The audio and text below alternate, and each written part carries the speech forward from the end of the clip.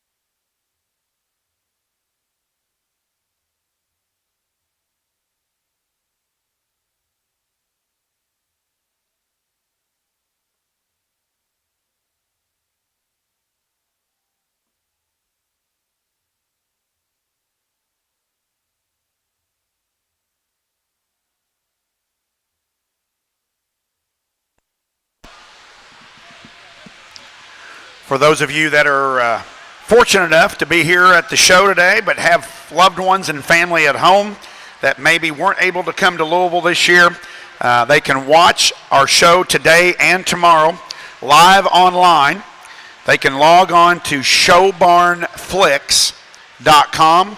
That's showbarnflix, Flix.com, or go on Showbarn Flix's Facebook page and carry the live stream. And we sure thank our friends at Showbarn Flix for carrying the live coverage. Also, please go over to the picture backdrop over here to my left and go see our friends at Next Level Photography and Imagery, Megan and the great crew at Next Level. Absolutely the most professional in our business.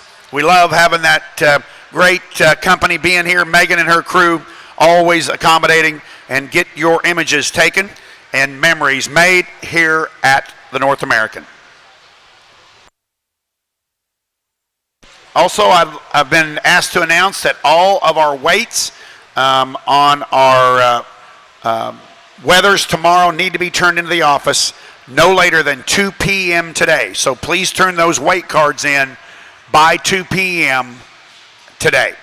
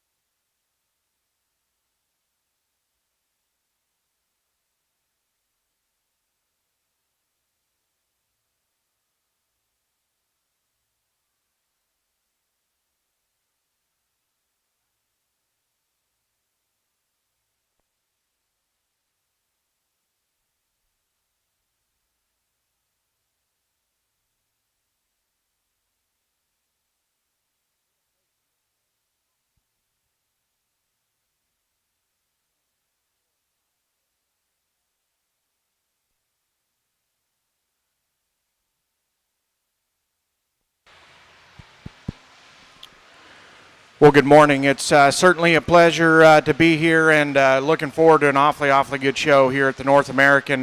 Doesn't get any better than this. You put this kind of livestock in this setting, certainly something to get excited about and look forward to. And I think this first class certainly lives up to the expectation that I have for the rest of the day, because this class is very good. And I think some challenge on down the lineup. I think anywhere from 5 on down to 10 to 12 within this class was very close. I think ultimately I'm comfortable with the top 4, and I think they all bring some uniqueness to the table. And I think within the top four, there's a pair of them that I like and kind of go back and forth with. And ultimately, I just like the skeleton of the one we're going to go ahead and lead off with. She's maybe not quite as tricked out just in terms of her neck and thinness of it, but I think just in terms of shoulder angle and the way she's built from knee to ground when you get around the front of them is quite a bit better than the one that we're going to go ahead and run second within this class. I love that one in terms of her hind leg, the density of her rear leg, the squareness of her foot when you go to the surface, and again, a good enough rib cage and body shape to her. Again, I think just in terms of their natural state, getting them in motion, I like that one in terms of her substance down low and the angles to her skeleton off of both ends. And when you back off the side of them, there's no doubt this one that comes here in second is tricked out. I think just her thinness of neck, the way it ties on her shoulder, that one's exceptionally short in terms of her blade and shoved up in her chest floor. I think just two-dimensionally, you can really, really like that one when you back off of them. To me, I think there's some things you can start picking apart in terms of her skeleton, in particular up front. She's just too upright in her shoulder, too forward in her knee, and when you get around the front of them, I think those front toes want to run more east and west than I'm comfortable with. I think that's where she needs to be changed. But in terms of body shape, back shape, and being tricked out from the side, I like that one a great deal. If you wanted to flip that pair, I'm not going to argue with you too much. She just needs to be better in her knee and her shoulder for me. One that comes here in three is a unique breeding piece. In terms of moderation, body shape, density of muscle, that one certainly sets a standard within this class. Another one, I think just in terms of a maturity curve, she's just a little quick for me. I think one just a little more moderate in terms of her kind, wants to run downhill when we get those goats in motion. Again, we need to give that one a little more elevation, a little more comfort in the way she moves up front. A very solid one comes here in four. Again, in terms of just elevation and fluid of skeleton, I think that one probably has an advantage over the one that's ahead of her within this lineup. I think you back off the side of her, maybe just a nickel deeper in terms of her chest relative to her flank when we get out of them, and I think she needs to be better. And the way she's designed out of her hip, I think that one needs to be longer and leveler from hooks to pins in order to move up within this class, but I like that one in terms of her ability to get out and go. One that comes out and rounds off her top five, I like that one when she's propped up. I think you just want one that's real streamlined looking. She certainly fits the bill. Skinny neck, level topped, really angular in the way she's built from the side. I think you back off of her though. She just a little more tucked up in her belly. I think that one just needs more center body and rib cage to move her up. But I like her down low, like the way she's built up front. I just need to give that one a little more rib cage. Very, very good class. My compliments to all of them. Put your hands together as they head on out. Thank you, Judge. Placing first in Class 1 of our Junior Weather Dam Show is entry 458, shown by Siler Hartwell, Alexandria, Indiana. Goat weighed 53 pounds. Second in that class is entry 336, exhibited by Kate Schaefer, Adele, Iowa, and their goat weighed 57 pounds. Third in that class is entry 67, Caitlin Hewitt, Reidsville, North Carolina. Fourth, entry 413, Luke Keener, Cleveland, Georgia. Fifth, entry 130, Charlie Holan from Homerville, Ohio. Sixth, entry 422, Julia Barber, Bremen, Ohio. Seventh, entry 412, Luke Keener, Cleveland, Georgia. Eighth, entry 271, Breanne Reif from Allen, Michigan. Ninth, entry 360, Lexi Heim from Lancaster, Ohio. And 10th, entry 389, Bailey Hendricks, Paragould, Arkansas. In the ring now is Class 2. Class 2 weather dams are in the ring. Our weights go from 60 pounds to 67 pounds.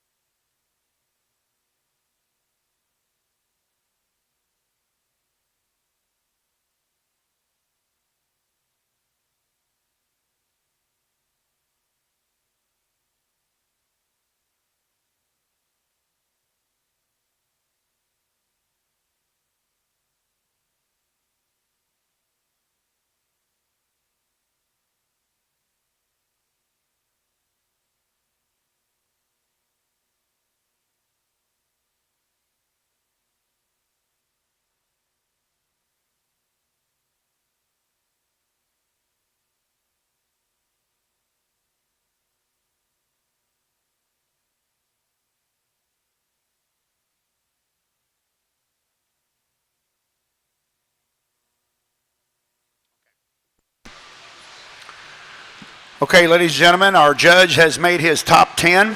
Folks, let's let these young people hear it when they leave the ring today. Thank you again for coming to the North American. Great show here today. Tough competition, and hey, may they get a round of applause, but they thank you for coming again to Louisville.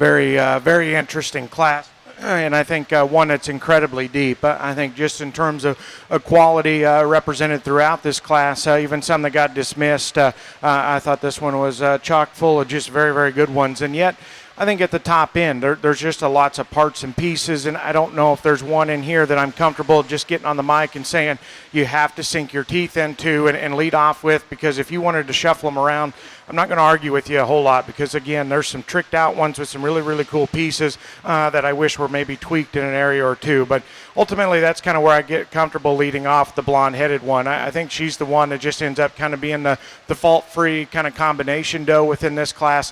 When you back off the side of them, that is a really neat look. I think just her neck set, her shoulder, her chest, her underline, the way she's constructed down her top line is very good. You know, I think to me, my hesitation on her, you go to the ground on her, maybe not quite as just dense in terms of her rear leg and foot as some of them behind her. And maybe not quite as much slope to her shoulder and set to her knee as one that comes in second. But I think she's plenty sound enough. I think she's plenty dense enough in terms of her rear foot. And it's just her look, her top line construction, her body shape and squareness. Again, I think that's just the combination doe in my eye. The next pair is ones that are interesting. Again, parts and pieces to both of those, and I think they kind of pair up in terms of type and kind. One that comes here in second's awfully big-footed. I love that one in terms of her foundation and just her squareness of foot. Again, when those goats get out in motion, I probably like her better on the move than I do in the standstill. Her neck set, slope of shoulder, set to knee, squareness up front. To me, that's kind of where her class-leading advantages are, and one that I think is awfully square in terms of her back shape as well. You back off the side of them when they're propped up on the profile. I think she's one that's maybe just a freckle low in terms of her tail setting. And again, when you study her in terms of her lower body and underline, I just don't know if she's quite as pried open in terms of her rear rib and flank naturally. And to me, that's kind of where I'd like to change her just a little bit as well. But again, just in terms of height of shoulder, slope of shoulder, the way she's constructed up front and her foundation down low, that's kind of where I think she's in contention to win. One that comes here in three, again, another one I like in terms of her bone work. That one is awfully stout at the ground. And again, another one that's awfully proud in the way she carries herself up front. Her neck setting, again, her angle of shoulder, set to knee is very good. I guess to me where she plays out is you get at a rear three-quarter of her, I don't know if she's truly as round and bold in terms of her forerib shape, maybe not truly as square in terms of her upper pin bone is a couple of them within this class. But my big hang up with her is she's just a little more insecure in her hind leg. I think there's times where she kind of wants to step outside of her body wall, not really truly square off from hock to ground at times within the class. But again, I think just her construction up front, bone work down low, that one's very nice as well.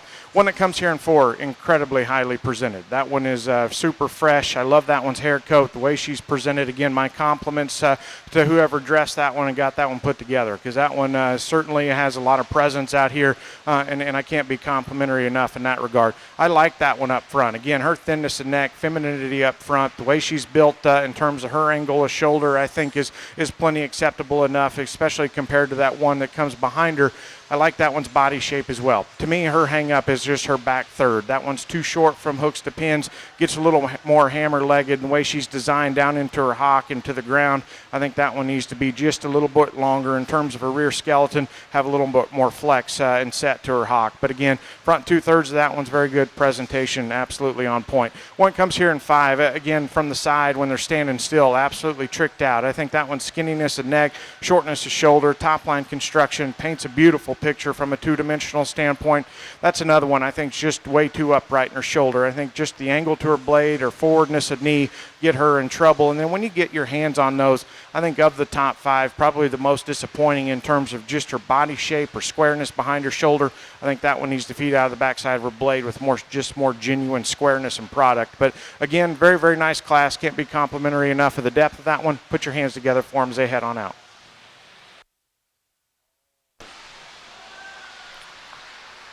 Thank you, Judge. Placing first in Class 2 of our Wether Dam show goes to entry 233, exhibited by Andy Agee, Marmaduke, Arkansas.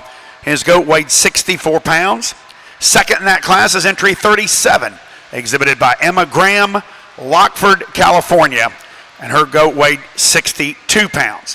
Third in that class went to entry 152, Avery Boyer from Billings, Oklahoma. Fourth, entry 20, Katie Eisenhower, Arcadia, Oklahoma.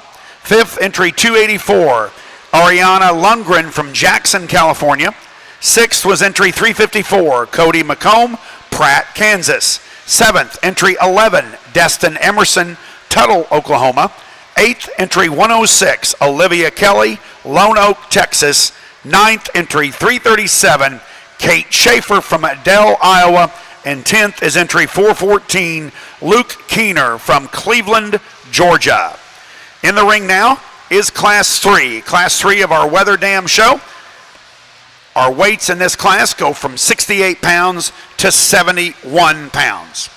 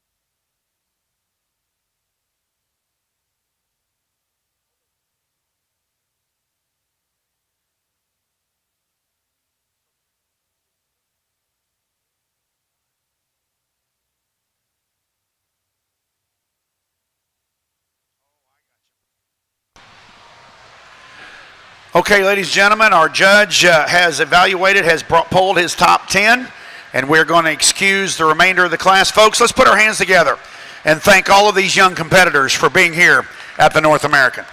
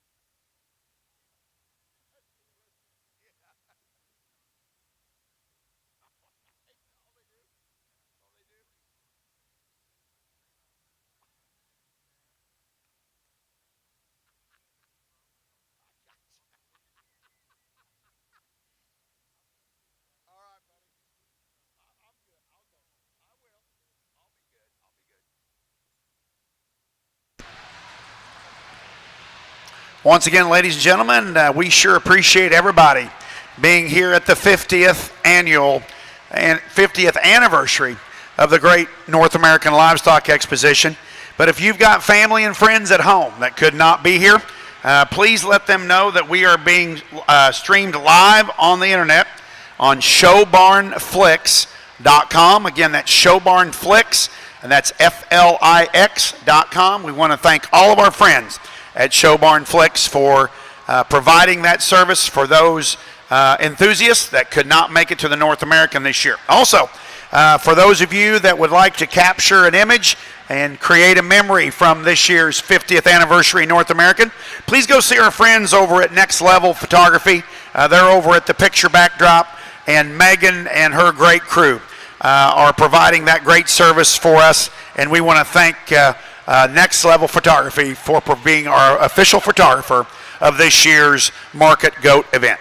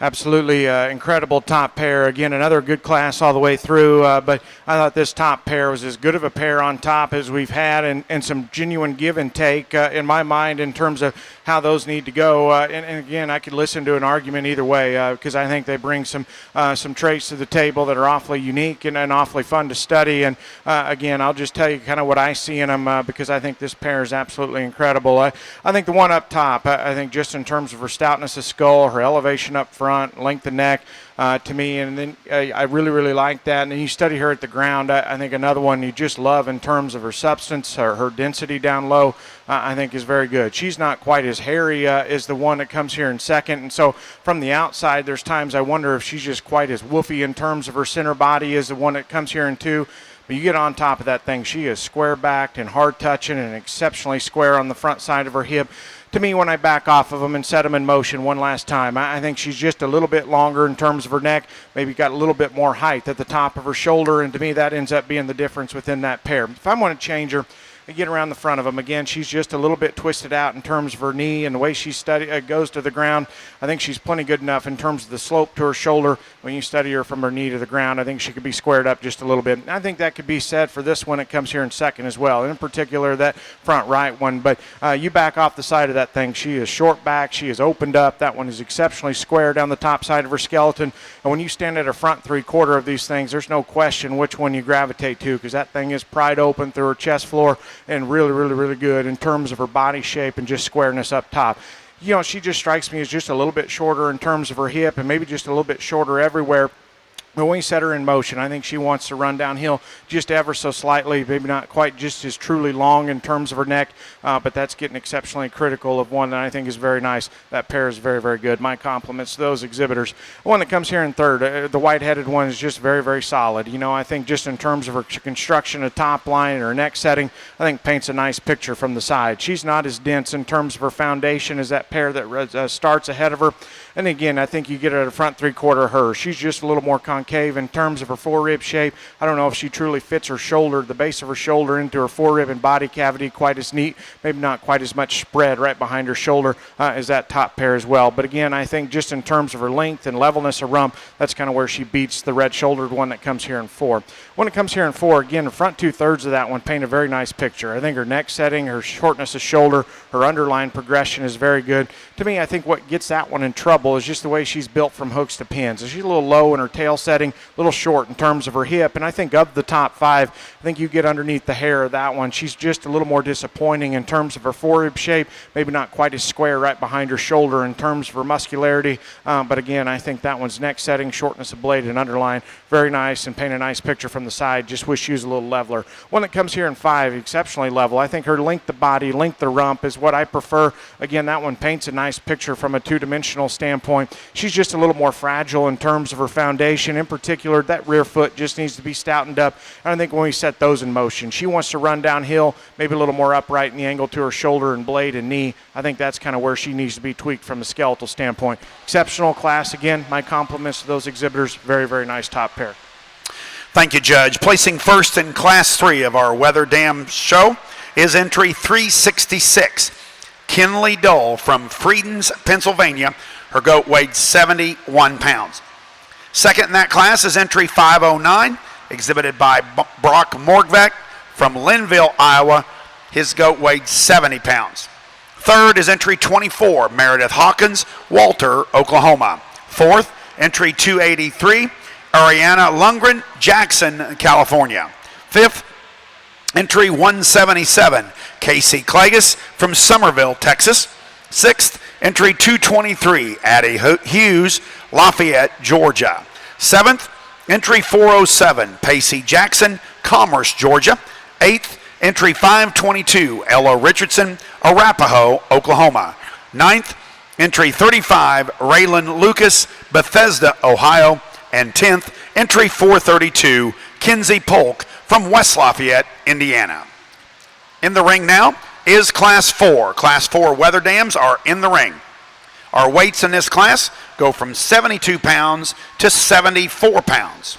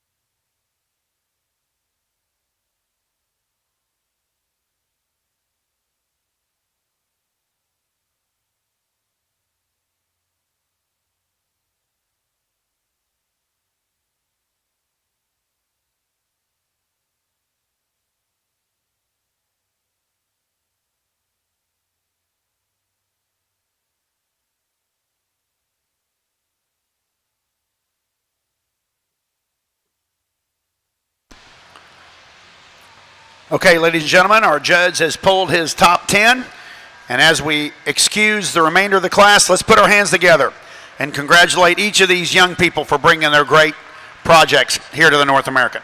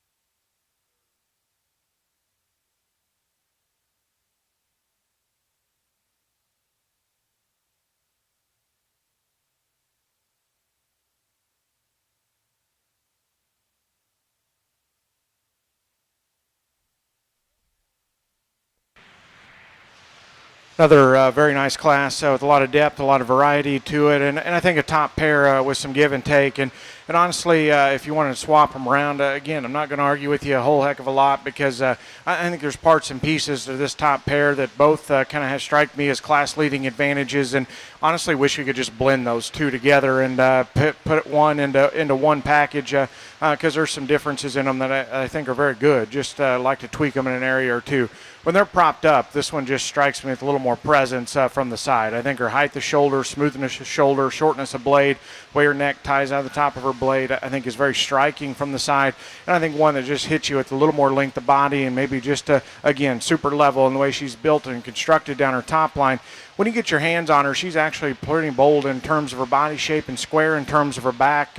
I just wish she carried that width all the way to the surface. You watch these two go away from you. She's the one I got a problem with in terms of her base width when they leave you. That's where I'd like to change her. But that one's awfully fluid in terms of her skeleton. I like that one in terms of her rear leg and her reach out of her hip and hind leg.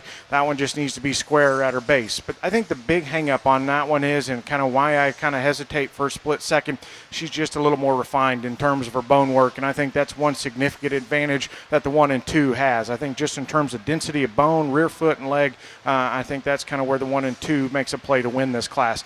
Again, when the one that comes in second wants to cooperate and lead, that one's exceptionally square when she leaves you. She's bigger in terms of her rear foot, and I like the just the extra fluidness of skeleton off of that one's hip and hind leg. To me, I think when she gets up and props up from the side, I think her neck setting is good. She just strikes me as a little bit plainer at the base of her shoulder, a little shorter bodied goat that's maybe just got not quite as much strength in terms of her top line construction as that one that wins. But again, in terms of density down low, hind leg flexibility, I think that one is exceptionally nice as well. We just wish we could blend those two together. When it comes here in 3, just kind of strikes me as a little boxy in terms of her kind. She's deep in terms of her rear rib and flank, and certainly level in terms of her top line construction. That's another one that's presented exceptionally well and very, very fresh in terms of her first impression.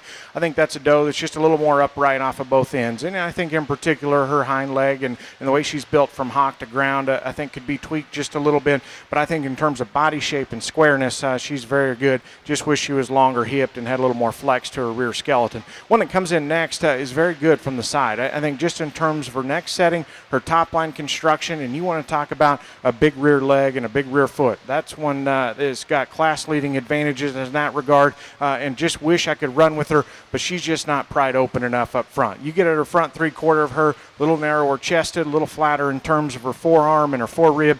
I think that one just needs to be cracked open up front and a little bit bolder in terms of her body shape, because from the side, that one's neck set, top line, rear leg, hind leg assembly is exceptional. One that comes here in 5 and rounds off her top 5, another one I can be convinced certainly has some quality from a two-dimensional standpoint. I think the way her parts and pieces are fit together are very nice, very feminine. I think of the top 5, again, probably the narrowest one in terms of her body shape and their base width as she leaves you. I think that one just needs to be a little more three-dimensional from a muscularity and width standpoint. But again, I like the way that one's constructed from the profile. Again, another very good class. My compliments to all these exhibitors. If you would, make some noise for them as they head on out. Thank you, Barrett. Placing first in Class 4 of our Weather Dam show goes to entry 135, Cheyenne Brunker, Ottawa, Kansas, and her goat weighed 74 pounds. Second was entry 63, Flint Kennedy from Kirkville, Iowa, and Flint's goat weighed 73 pounds. Third went to entry 16, Katie Eisenhower, Arcadia, Oklahoma. Fourth, entry 225, Ella Hughes, Lafayette, Georgia. Fifth, entry 409, Ethan Dowell, Boswell, Indiana. Sixth, entry 356, Levi Wechter from Ligonier, Indiana. Seventh is entry 472, Victoria Barksdale, Mayflower, Arkansas. Eighth, entry 408, Pacey Jackson, Commerce, Georgia. Ninth, entry 330, Michael Dean Boyd, Monroe, Georgia. And 10th, entry 425, Jordan Kelly, Warren, Indiana. In the ring now is Class 5. Class 5 weather dams are in the ring. Following this class, we will be selecting our Division I champion and reserve champion weather dam. Weights in this class go from 75 pounds to 77 pounds.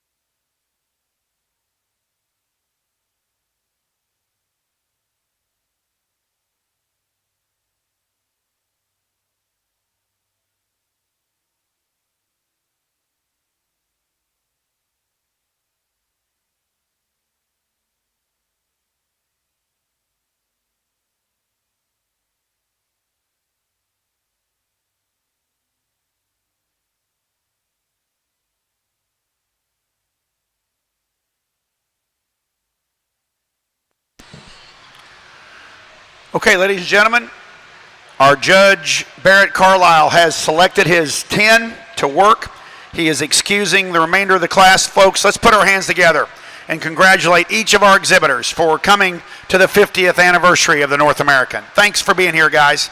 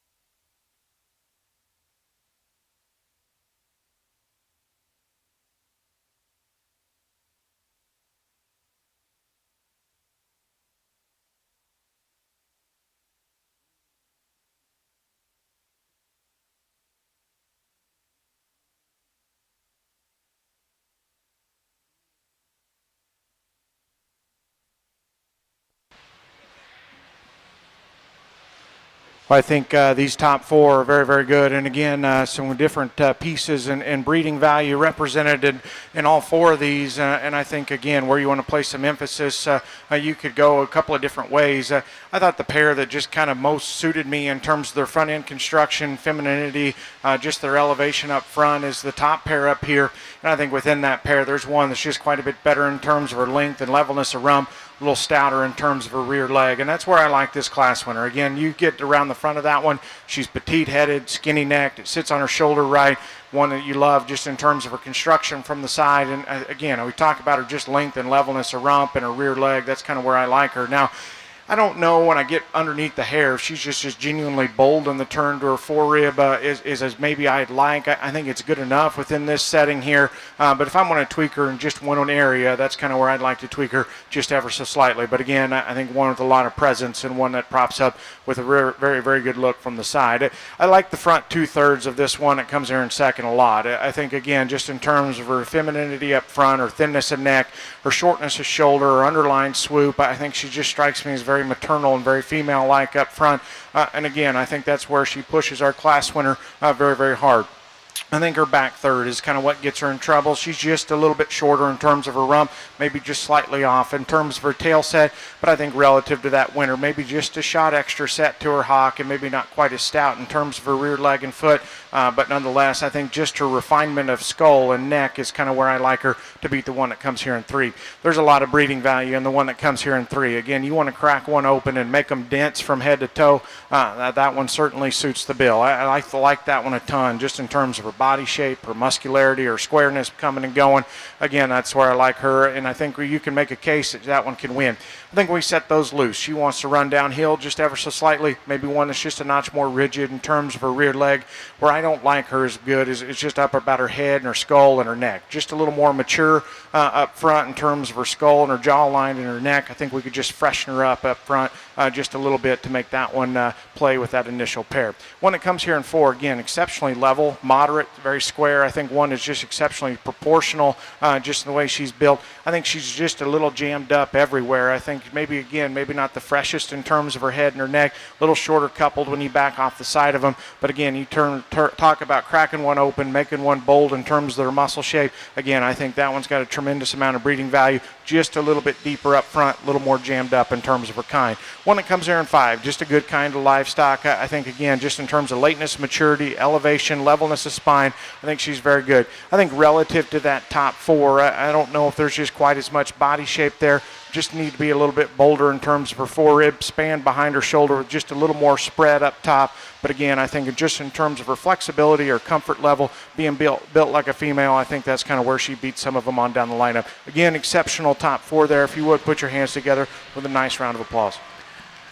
Thank you, Judge. Placing first in Class 5 is entry 280, exhibited by Paige Pence, New Carlisle, Ohio. Paige's goat weighed 76 pounds. Second in that class is entry 44, shown by Zane Redifer from Blacksburg, Virginia. And a goat weighing 75 pounds. Third in that class, entry 103, Bristol Lee, Gillum, Arkansas. Fourth, entry 205, Nora Kate Bacon, Doe Run, Georgia. Fifth, entry 249, Olivia Stodmeyer from Sterling, Ohio. Sixth, entry 256, Mackenzie Blake, Tipton, Indiana. Seventh, entry 461, Roxanne Herndon, Moultrie, Georgia. Eighth, entry 195, Emily Adams, Baldwin, Georgia.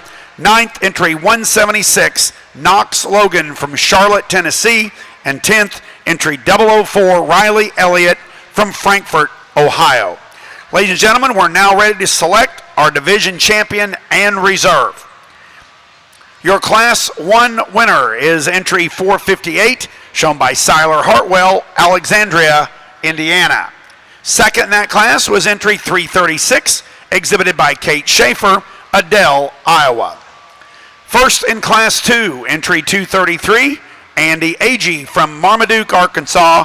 And second in that class, entry 37, shown by Emma Graham, Lockford, California. First in Class 3 was entry 366, shown by Kinley Dahl, Friedens, Pennsylvania. And second in that class was entry 509, shown by Brock Mortvet from Linville, Iowa. Class 4 winner was entry 135, Cheyenne Brunker, Ottawa, Kansas. And second in that class is entry 63, shown by Flint Kennedy, Kirkville, Iowa. And the winners from our last class, your class winner, entry 280, shown by Paige Pence, New Carlisle, Ohio. And second in that class, entry 44, Zane Redifer, Blacksburg, Virginia. Ladies and gentlemen, let's put our hands together and congratulate all of our first and second place winners in our first division.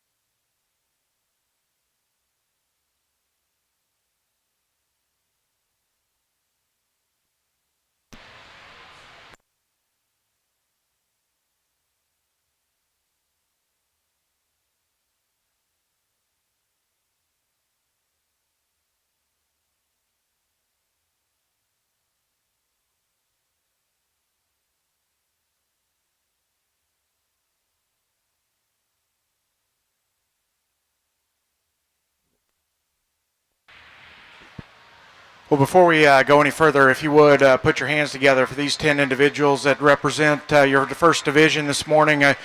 Very, very good division, and started off awfully stout this morning. I think that first class was very good, and again, just progressively got even better and deeper throughout the morning, and so certainly looking forward to the next division. But I think 10 of them out here very, very good. It comes down to the class winners in my mind, and a couple of them, and I think you could go a couple of different ways, because I think the theme through this division is, again, there's some exceptional parts and pieces, and again, just a matter of kind of what you're willing to look past in order to latch onto those pieces. But I'll go through them just real quick. I thought that first class winner, again, just in terms of mobility up front and density of rear leg, I thought he had it, or she had an advantage there. Very, very nice. Just a good kind of brood doe there to win that first class. One that comes out of that second class, honestly, to get him back out here just keeps growing from me. I think that one is awfully deadly from the side. I think her neck set, shortness of blade, her chest floor, I think is jammed up in her where it needs to be. You know, we compared to a couple of them. I think she's maybe just a bit forward in terms of her knee, maybe not quite as stout in terms of her skeleton down low, but again, in terms of propping up and looking like a show doe from the side, I think you got to gravitate to that one just a little bit out here. When it comes out of class 3 is interesting. Honestly, I like that one better on the go than I do on the standstill. I think when that one gets out and goes, you got to love that one's presence up front. Her head carriage, her neck setting, the way she's built in her shoulder. Again, you can't help but gravitate to the density that she's got in terms of her skeleton and foot down low. I love that one's body shape. That one spans with so much squareness up top. Again, just very, very good in that regard. Again, you get her on the side. Maybe she's not quite as tricked out and freaky in the way she's built in terms of her top line. She's also not quite as hairy either. But again, I like that one a good deal when those things are on the go. That red one that comes out of class 4, when you talk about propping one up and just being painted perfectly from the side. That one's neck setting, shoulder, top line construction, again, is very, very good. That one is presented so fresh and so good in terms of her hair coat. Again, you can't help but gravitate just the presence of that one. When we set that one loose, I loved her angles. I love how comfortable she is. I think her skeleton is very good. I think of these class winners, she's arguably the narrowest based one. That's kind of where I'd like to change her. And again, we talked about in class, I think, again, of this top row, I think she could be stoutened up in terms of her bone work just a little bit. But again, in terms of looking like a female, being presented so well, being so good in terms of her angles, I think that's kind of why she's in contention within this lineup.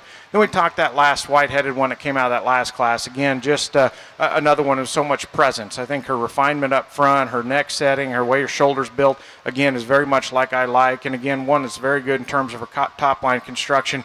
She is one you like in terms of her bone work quite a bit. And I think you study her in terms of her foot and her skeleton. I like her density there. Again, she's maybe just a freckle forward in terms of her knee, but we talked about in class, again, I think she's one you could pick on just a little bit in terms of her forerib. I'm not going to call her flat, but I think once you get underneath the hair, she's got just a slight more pinch right behind her shoulder than maybe totally ideal. But again, in terms of propping up, looking like a female, being square from behind, dense in terms of her bone work, again, that one's very much one I appreciate out here as well. I think it gets close for reserve. I'm comfortable with our winner. If you would, put your hands together for these 10 again. I'll show you the pair that I like out of here.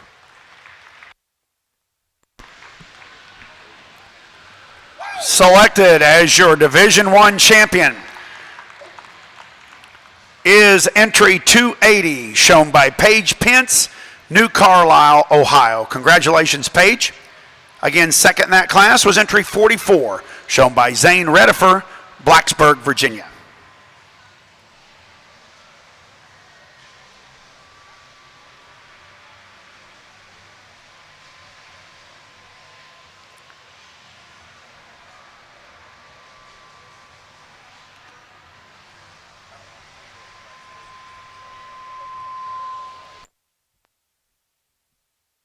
And selected as your reserve division champion, come out of class number 3. That is entry 366, shown by Kinley Dull, Friedens, Pennsylvania. Congratulations to both Paige and to Kinley.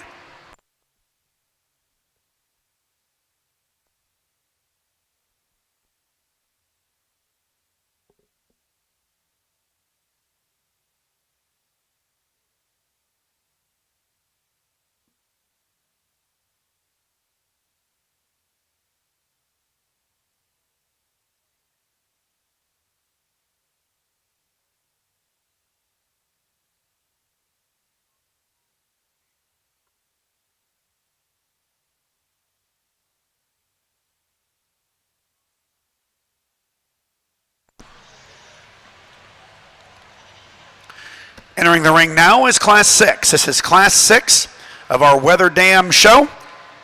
Weights in this class are actually just 2 pounds, 78 and 79 pounds.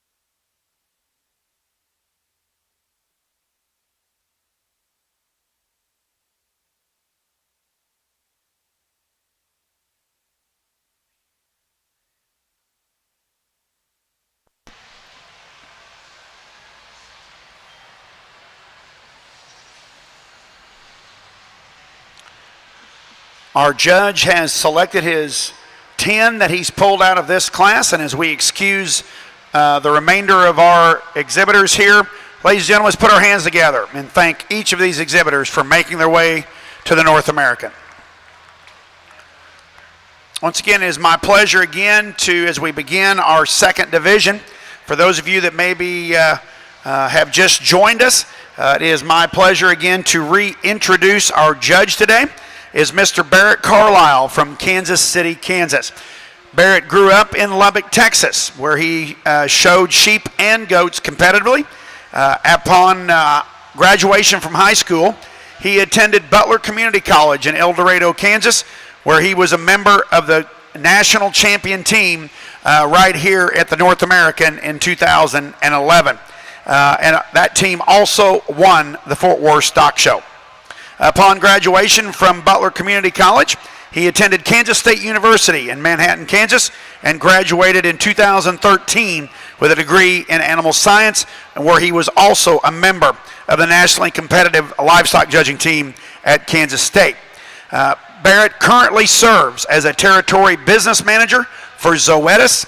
He and his wife, Jara Settles, own and operate Diamond C Club Lambs right there in Kansas City, Kansas. Ladies and gentlemen, let's put our hands together again for Mr. Barrett Carlisle from Kansas City, Kansas, for evaluating our Wether dams.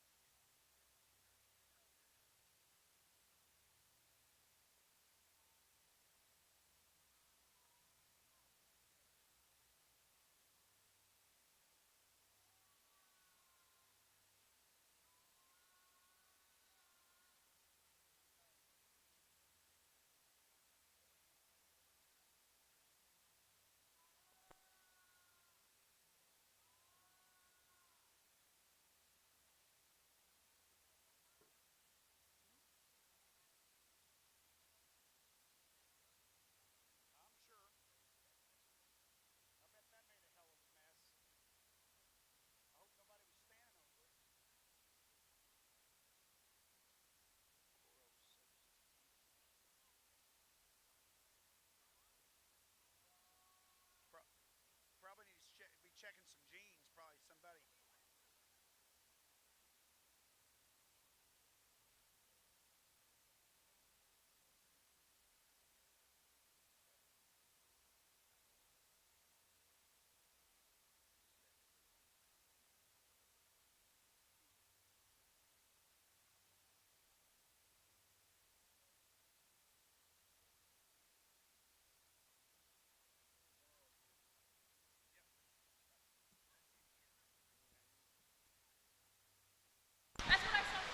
Attention in the barn. As I walk around the barn, if I find any cans in bucket heaters or getting heated, I will ask you to leave the facility. There will be no other explosions in this barn due to people heating aluminum cans.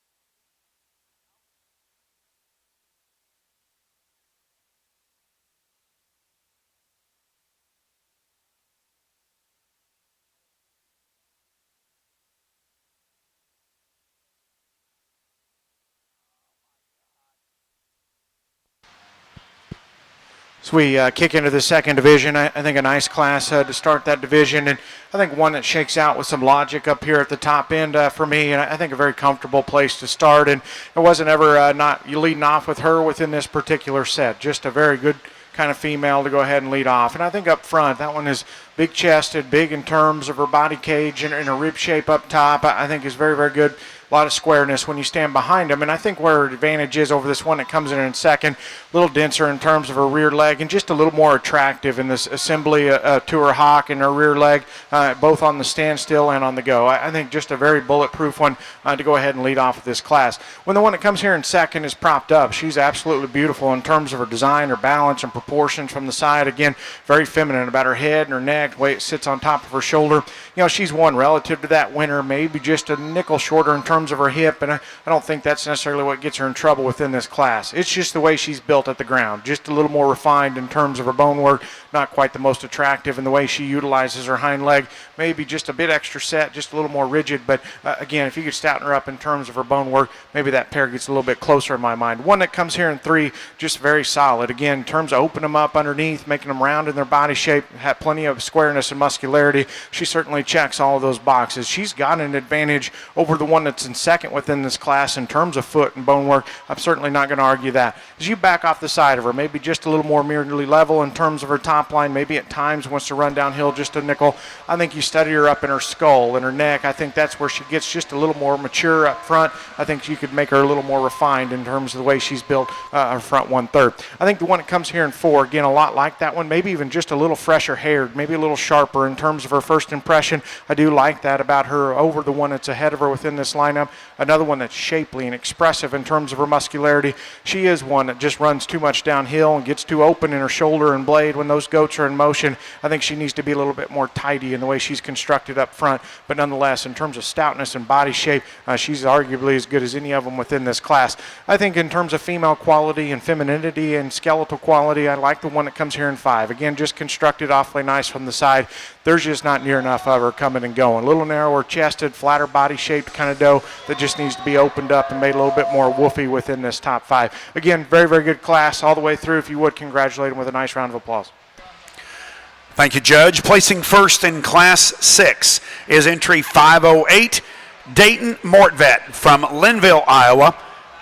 Dayton's goat weighed 78 pounds. Second in that class is entry 009, Delaney Gaff from Leota, Indiana. Delaney's goat also weighed 78 pounds. Third was entry 355, Levi Wechter,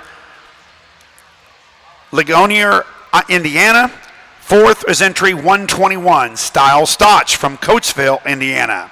Fifth, entry 104, Bristol Lee, Gillum, Arkansas. Sixth, entry 443, Brady Wright, Mount Perry, Ohio. Seventh, entry 227, Callie Hughes, Lafayette, Georgia. Eighth, entry 276, Allison Peckjack from Dilliner, Pennsylvania. Ninth is entry 133, Adelie Holland from Homerville, Ohio. And 10th, entry 406, Pacey Jackson, Commerce, Georgia. In the ring now is Class 7. This is Class 7 Weather Dam Does. Our weights go from 80 pounds to 81 pounds.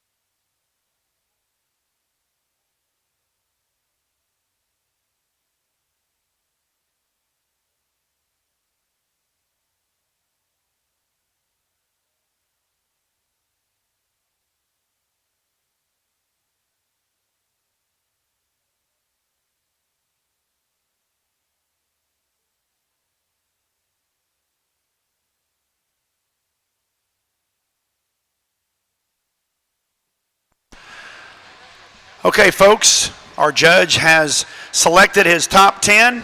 As we excuse the remainder of the class, folks, let's put our hands together and congratulate all of these exhibitors for being a part of the 50th anniversary of the North American.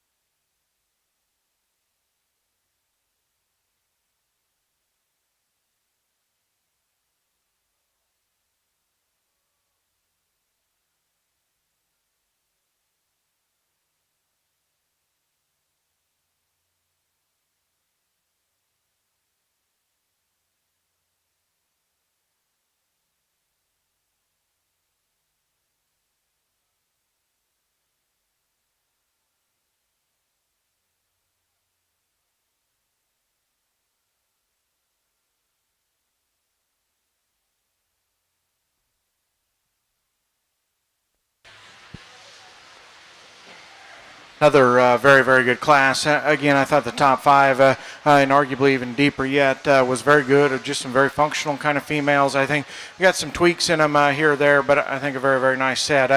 I just don't think there's any denying the presence or the presentation or the freshness of this winter. And I just keep asking myself, I think relative to this weight and kind of where we're getting within the morning, I wish there was just a shot more length and scale to her in general.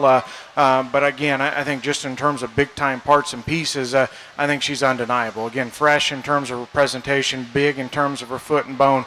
Where I like her is just, again, her center body and span and spread up top is very good. I think her advantage over the one that comes in second. It's just her, the way she's built out of her rump, maybe just a shot more length, but just a little more squareness up high in that one than the one that's going to come here in second. But again, you talk about coming in and looking like a female that deserves to win a class. I think that first impression, just extra presence, is kind of what goes ahead and gives her an advantage. One that comes here in two, I love the front 2/3 of one. Again, just her broadness of chest, her four-rib shape, her shape and expression behind her shoulder is as good as any of them within this class. And, arguably, she's just kind of as genuine as any of them within this drive as well. Not quite as much hair on her, but, again, what you see is what you get. I just don't think her rear skeleton or her rear third's quite perfect enough. I think that's where she could be changed. Just a little shorter in terms of her hip, especially kind of when she kind of flags that tail up and throws it up over her hip. I think just kind of really accentuates. It's just a nickel short and maybe just a shot straighter in terms of her hock. But I think the front 2/3 of her are very, very good and deserving to push that class winner within this drive. One that comes here in three, and honestly, I liked the best kind of right when she came in. She kind of hit me with a strong first impression. Again, she's presented awfully well, got a little nice hair coat on her.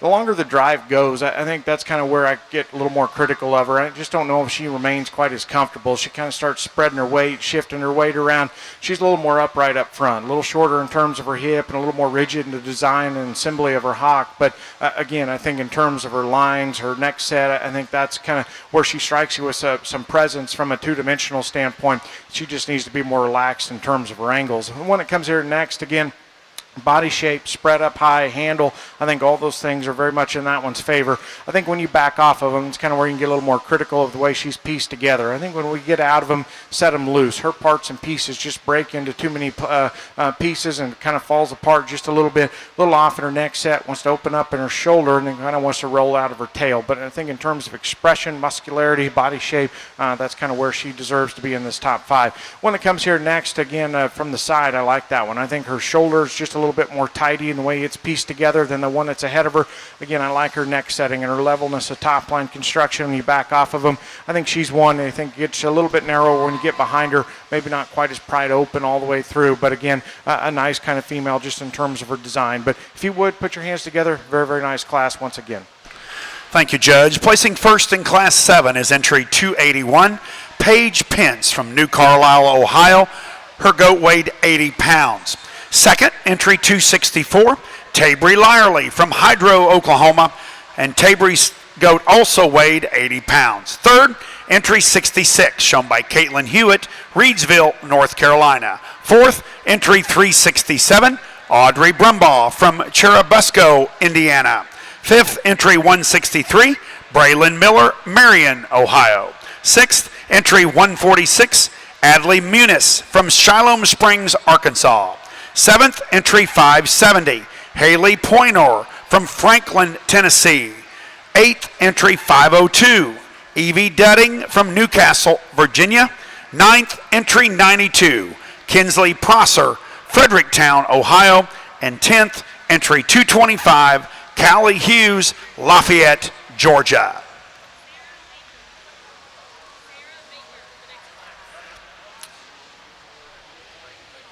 Attention.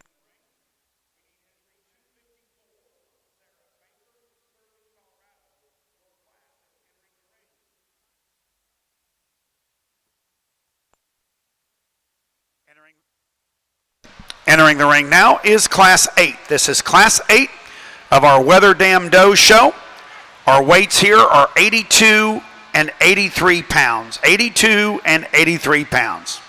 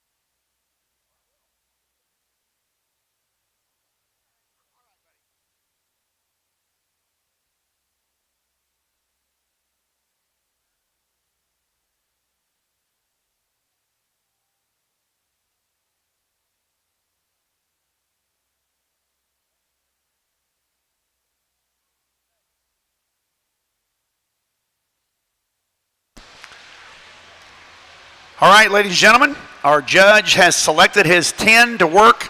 As we excuse the remainder of the class, folks, let's let them hear you.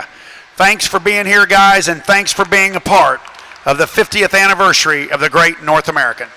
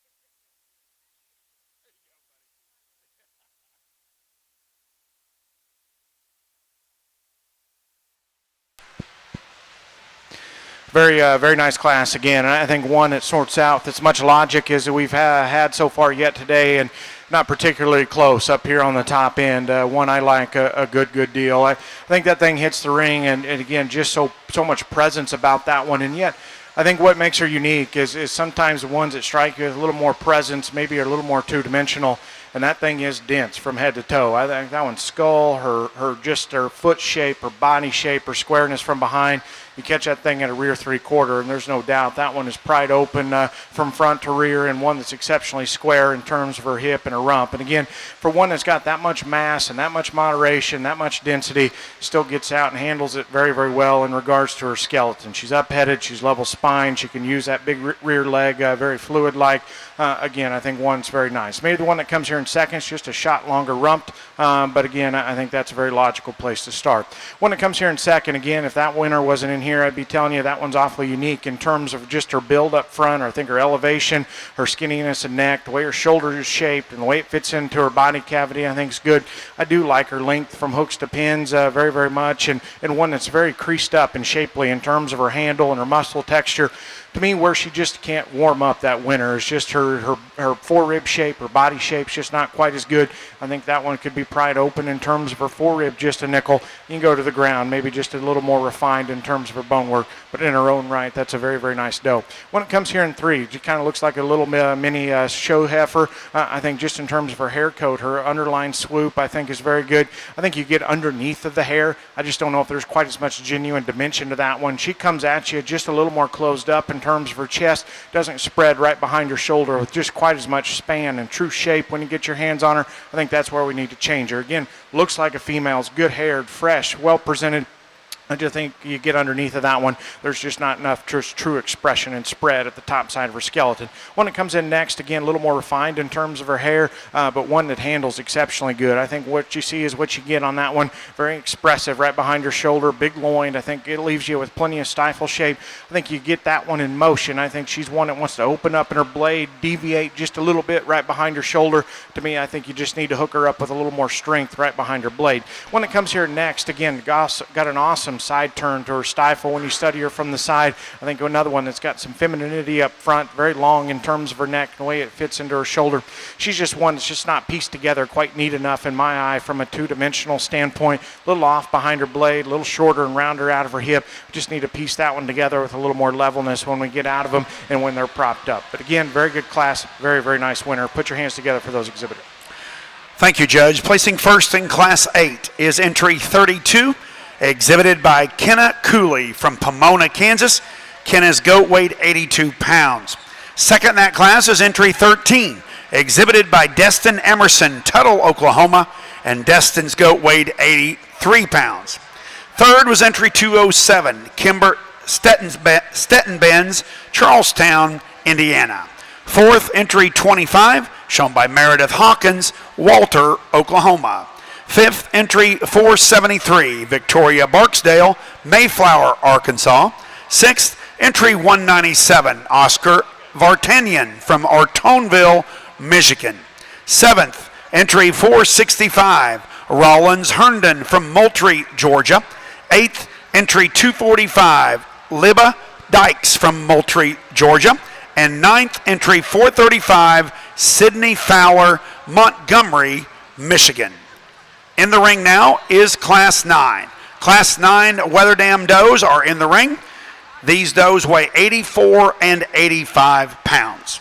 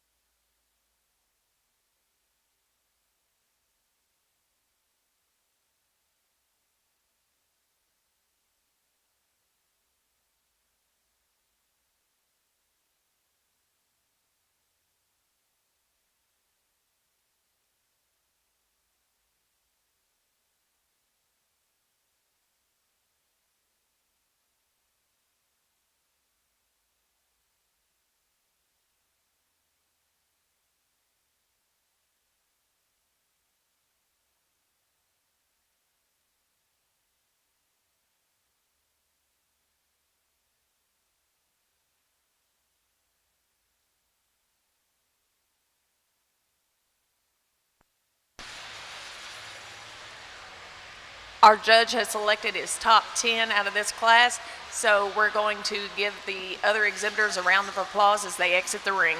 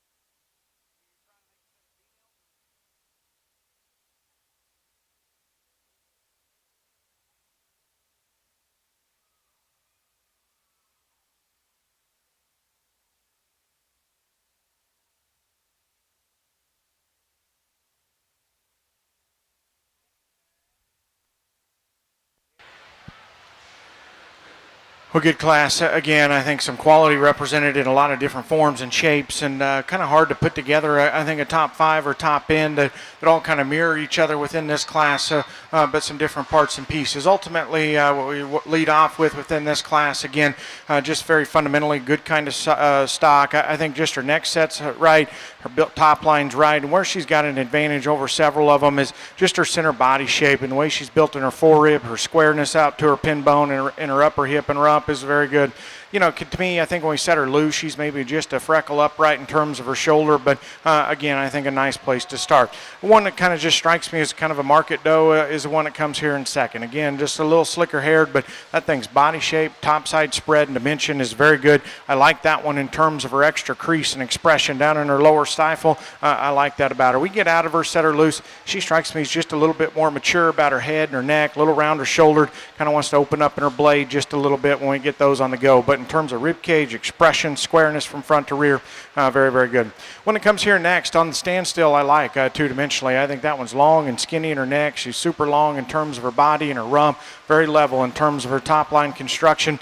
I think her first impression within this set and this lineup is she just strikes me as just a little fragile. And when we set those loose, I think she's the one that changes the most amongst those top 3. She kind of wants to roll downhill just a little bit, gets a little more U-neck in her tying up front, and then one has just got too much set to her rear leg and closes up at the ground too much. But when her on the standstill and propped up, I like that one a lot. Just don't like her when those are out on the go. When it comes here next, again, there's parts and pieces to her I really like. From her her mid-rib back, I think is very good. Square loin to level in terms of her rump, nice stifle shape from the side. I think one's got a nice rear leg assembly as you study him from the profile. It's just the way she's hooked up from her shoulder into her forerib and body cavity is not quite good enough. She just gets too concave right there in her forerib, just not enough spread right behind her shoulder. The doe going to the scale, I think, is one in terms of her natural state you like, in terms of her fundamentals. She's opened up, she's round-bodied, she's plenty flexible. I think she's maybe one that's just a nickel planer at the base of her shoulder, maybe not got just a little bit more roll out of her hip. It's just a not shorter rumped, but I think a very fundamental, good kind of doe to be fifth there. If you would put your hands together, very nice set of does there. Thank you, Judge. Placing first in Class 9 is entry 204, Nora Kate Bacon, Doe Run, Georgia, and Nora Kate's goat weighed 84 pounds. Second in that class is entry 329, Michael Dean Boyd from Monroe, Georgia, and Michael Dean's goat weighed 85 pounds. Third in that class is entry 198, shown by Jack Burke, Circleville, Ohio. Fourth, entry 272, Brianne Rife from Allen, Michigan. Fifth, entry 344, Boston Stapleton, Somerville, Ohio. Sixth, entry 226, Callie Hughes, Lafayette, Georgia. Seventh, entry 98, Lillian Boger from Rockbridge, Ohio. Eighth, entry 248, Olivia Stodmeyer, Sterling, Ohio. And ninth, entry 518, Court McNear, Maxwell, Iowa.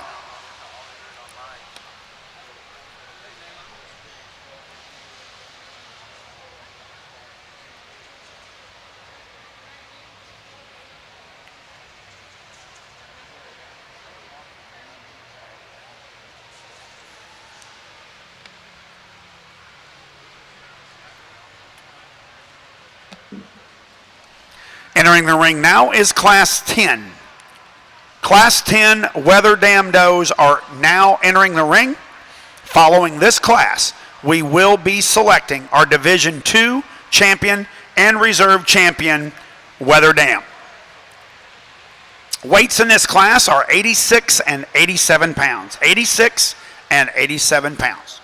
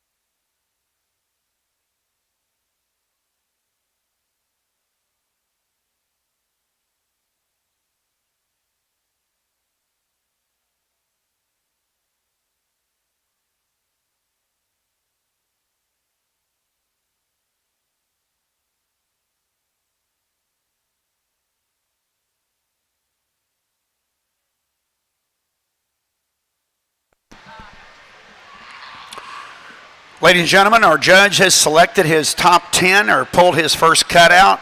As we excuse these exhibitors, ladies and gentlemen, let's let them hear it. Let's put our hands together for all of our exhibitors that made it to the North American and the 50th anniversary here in Louisville, Kentucky. Thank you, guys.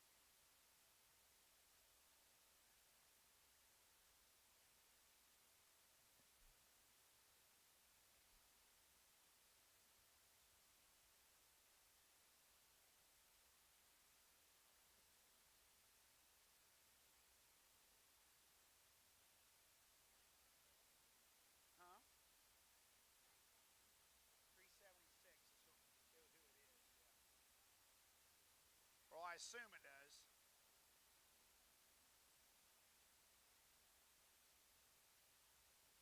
Is fifth that first one? Okay.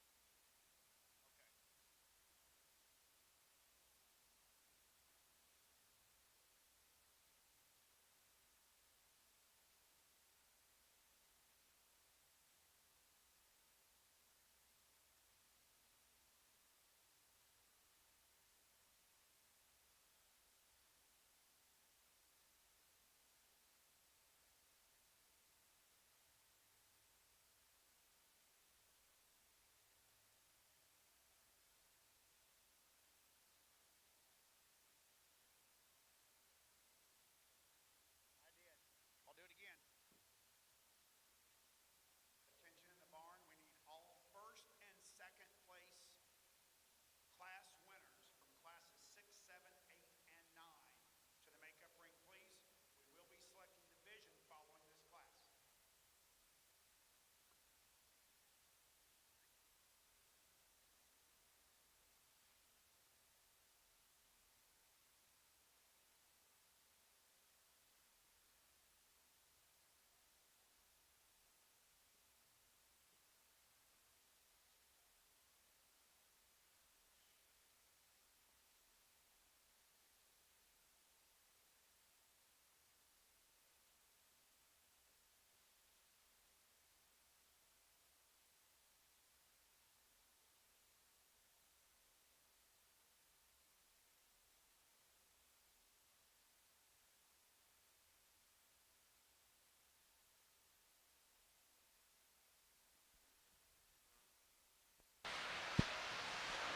Another very good class. I think kicked it up just a little bit in terms of depth within this one, and I think this trio is interesting. Again, some parts and pieces to all of those that I really like. And again, can't be complimentary enough. All these presented very well, shown very well. I think are very high quality. I think amongst the trio, again, I'm just as I back off of them and look at them from the side, I think that's where I'm comfortable using the white-headed one to win. I think just in terms of length of neck, way it hooks up in the top of her blade is very good. I think pulls together a nice top line. Again, very nice silhouette as you back off of them. And again, I'm not going to sit here and convince you that she's the muscle piece of the top trio, but I think there's plenty of squareness and stoutness when you get behind her. Again, that's the one I gravitate to. When those goats are in motion, again, up-headed levels, good spine, good off her rear leg. I like that one a good deal to go ahead and win this class. I think the next pair is kind of what's close and some debate within my mind. I think both of those are very cracked open and round in terms of the rib cage. I think the one that comes here in second, it's maybe just a little high, taller at the point of his shoulder. When we ask those to go, I think that's a female that's very good and hard in terms of her muscle shape, when the way it feeds out of the back of her shoulder. So I back off of them. I think there's times where she gets just a little off in terms of her top line, maybe not quite perfectly level in the way she's built in her tail setting, but again, that's getting very critical of one that I think is very nice. Again, maybe lay her back in the angle to her shoulder just a notch, but I think one that's awfully good in terms of her forerib and back shape. One that comes in next is Absolute Truck. I think coming at you and going away from you, she is the widest chested, the squarest out of her rump, certainly wide as you study her go to the ground and go away from you. To me, it's just the way she's built up front. I think she's one that wants to run downhill just a little bit, in particular when they're on the go. I think she gets a little more off in terms of her top line because she does want to run downhill. Her neck wants to sit just a freckle lower in terms and the way it hooks up into her shoulder. But again, that's a square rib cage, a square back, and a big rump. Again, I think there's a tremendous amount of breeding value in that female, and I like what she does well. Just wish she was a little taller shouldered, a little bit more lax in the angle to her shoulder. One that comes here in 4, again, just in terms of female quality, substance down low, I think she's got an advantage over a couple of them that beat her. I think that thing is very good in terms of her height of shoulder, her length of neck. I think just from a silhouette standpoint, in particular, her front 2/3, she paints a very nice picture. And again, one I like a good deal at the ground. I think of the top 5, you could make the argument she's the narrowest chested one, and for sure one that gets a little more disappointing the way she's built out of her hip and it goes down into her stifle into the ground. I think that one just needs to be busted open as those females go away from you. A very solid one comes here in 5. Again, just in terms of width of chest, body shape, squareness, and extra power and muscularity, she does that to a very high degree. She's a little more upright in both ends of her skeleton. I think in particular up front, I think her necktie is just a little low in the front side of her shoulder, a little more upright in her blade as well. I think she just needs to be freed up a little bit coming and going in terms of her skeleton. Very good class again. Can't be complimentary enough to those exhibitors. Put your hands together for them. Thank you, Judge. Placing first in Class 10 is entry 56, exhibited by Scarlett Denning, Newton Grove, North Carolina, on a goat weighing 87 pounds.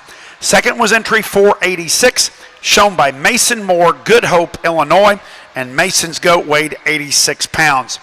Third was entry 261, Tabry Lyerly, Hydro, Oklahoma. Fourth, entry 75, Grant Grubb, Rural Retreat, Virginia. Fifth, entry 65, Caitlin Hewitt, Reedsville, North Carolina. Sixth, entry 54, Eli Baker, Buchanan, West Virginia. Seventh, entry 314, Isabel Lowry, Helena, Montana. Eighth, entry 376, Hannah Dingledine from Mechanicsburg, Ohio. Ninth, entry 564, Maya McCoy from Washington Courthouse, Ohio. And 10th, entry 230, Kennedy Lee, Smithfield, North Carolina. Ladies and gentlemen, we are now ready to select our Division II champion and reserve champion. Your Class 6 winner was entry 508, Dayton Mortvedt from Linville, Iowa. Second in that class was 009, Delaney Gaff, Leota, Indiana. First in Class 7 was entry 281, Paige Pence, New Carlisle, Ohio. And second in that class, entry 264, Tabry Lyerly, Hydro, Oklahoma. First in Class 8 was entry 32, Kenna Cooley, Pomona, Kansas. And second in that class, entry 13, Destin Emerson, Tuttle, Oklahoma. First in Class 9 was entry 204, shown by Nora Kate Bacon, Doe Run, Georgia. And second in that class, entry 329, Michael Dean Boyd, Monroe, Georgia. And your Class 10 winner, again, entry 56, shown by Scarlett Denning, Newton Grove, North Carolina. And second is entry 486, Mason Moore, Good Hope, Illinois. Ladies and gentlemen, let's put our hands together and congratulate all of our first and second place winners in our second division.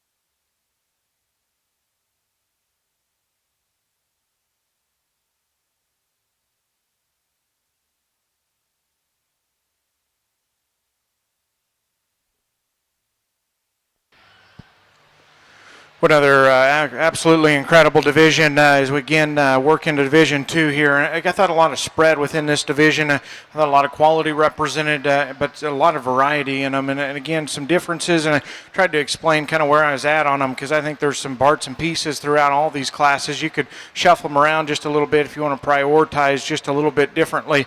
As we get them back out here, though, I'm quite pleased with the 10 of them out here. I think they certainly deserve your congratulations. So before we get you a champion or reserve out of here, put your hands together for these 10 exhibitors.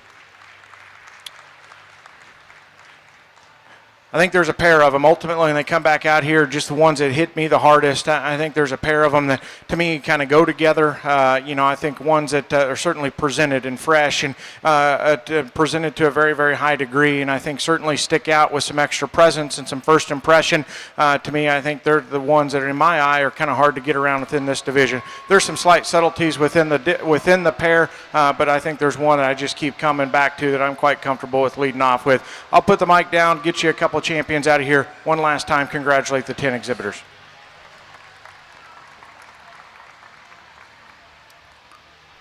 Selected as your Division II champion is entry 32, exhibited by Kenna Cooley, Pomona, Kansas, and your reserve division is entry 281, Paige Pence, New Carlisle, Ohio. Congratulations to both Kenna and to Paige.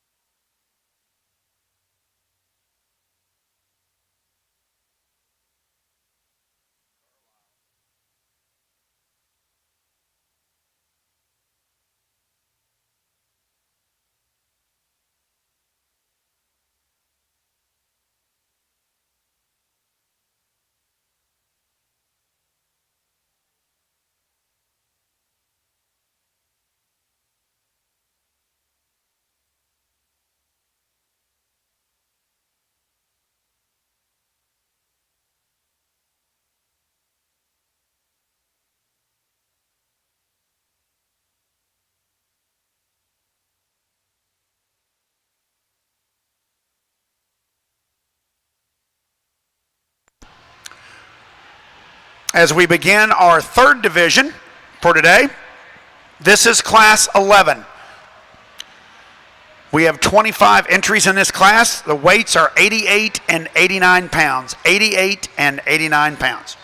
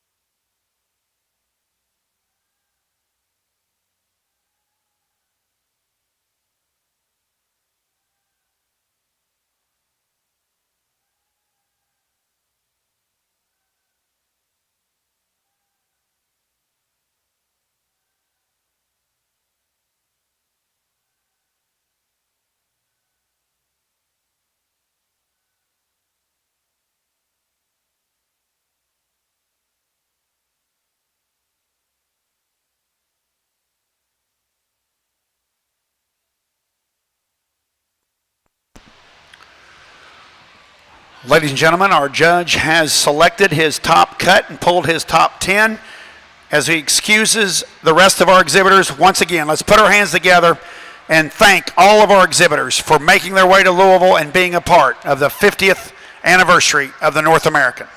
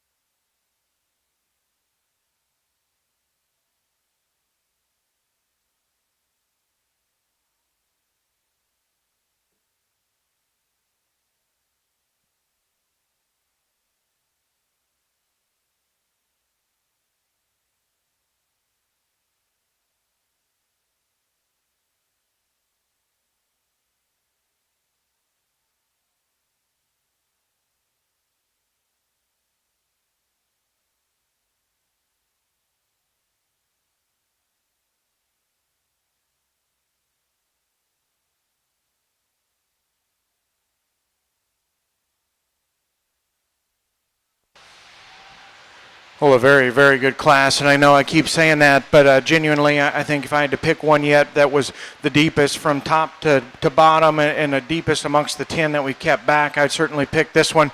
Certainly a couple that got dismissed as well that I think were very, very good. But I think at the top end, there's a comfortable place to start, and then I think there's some shuffle and some give and take after that. But I think a very, very nice one to go ahead and lead off with. Again, just in terms of checking boxes, I don't want to hang my hat on that too much because I think sometimes we kind of land on some more ordinary ones if we get focused on that, and she's not that. But I think she kind of is a nice blend of several does behind her.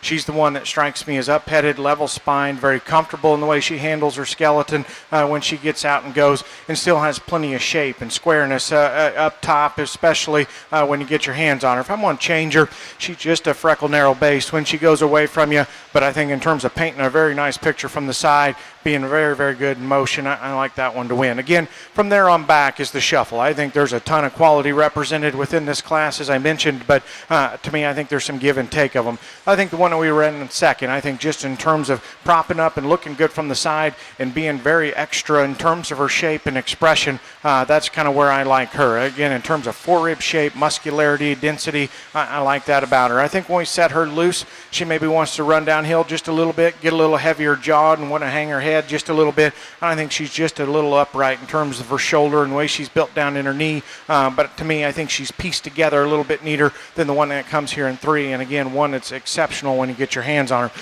One that comes in 3, again, there's parts and pieces I liked about that one. Again, when she props up, and I think you can get convinced that there's a nice look there. Her neck setting's good. She's long-bodied, in particular, very, very long in terms of her rump. And that's another one, just in terms of crease and expression. I think that one's amongst the best within this class. You know, she just doesn't piece it all together at times. I think when we get out of her, she's a little more upright. She gets a little bit broken on the front side of her hip. I don't know if she's quite square enough in the way she's hooked up at the heel of her loin. And then I think one that needs to be redesigned out of her hip and hind leg. Just a little more steep and slope out of her hip, a little more rigid in the way she drives off of those rear two. But that's a nice one in terms of width and shape and muscularity. One that comes here in 4 is as different as any of them within this top 5. I think that one is awfully sleek and whistle looking when you get off the side of them. I love the way that one paints a picture from the side, just in terms of length and neck, top line construction, curvature and shape to her lower leg and stifle. Again, I think there's a lot to like about that one as you back off of them. Unfortunately for her, I think amongst these top 4, and in particular, I think she's just the one that's most closed up underneath. There's just not enough body shape and forearm area in that one. We got to make that one just a little more cracked open all the way through. But again, in terms of painting a beautiful picture from the side, she's as good as any of them within this class. 1 and 5 is interesting. When she's propped up, I could get convinced that she could run with the best of them within this class because, again, I think the way she's fitted and presented, I think she paints an awfully nice outline from the side. When we get out and set them in motion, I think she's one that wants to run downhill. I think her visual weight distribution gets just a little bit thrown off because her underline's just not quite good enough. And then she's one. I think you can question just how much genuine product there is, in particular out of her upper hip, stifle shape. I think that's where you got to question her. Plenty of hair on that one left in terms of her stifle. I think you get under that, you think you question how much genuine muscle there is in that one. But again, very good class, ton of depth here. If you would, congratulate them with a round of applause. Thank you, Judge. Placing first in Class 11 is entry 424, Stetson Kephart from Bargersville, Indiana. Stetson's goat weight, 89 pounds. Second in that class is entry 353, exhibited by Cody McComb, Pratt, Kansas, on a goat weighing 88 pounds. Third is entry 325, Tate Taggart, Camden, Ohio. Fourth, entry 274, Lillian Bowie from Fairfield, Iowa. Fifth, entry 365, Kenley Dull from Friedens, Pennsylvania. Sixth, entry 252, Taylor Stone, Greenfield, Indiana. Seventh, entry 523, Jake Knoll from Chambersburg, Pennsylvania. Eighth, entry 448, Wesley Klieg, Alexandria, Indiana. Ninth, entry 521, Briley Weiland from Yorktown, Texas. And 10th, entry 567, Kennedy Stutzman, Charlestown, Indiana. In the ring now is Class 12. Class 12 is in the ring.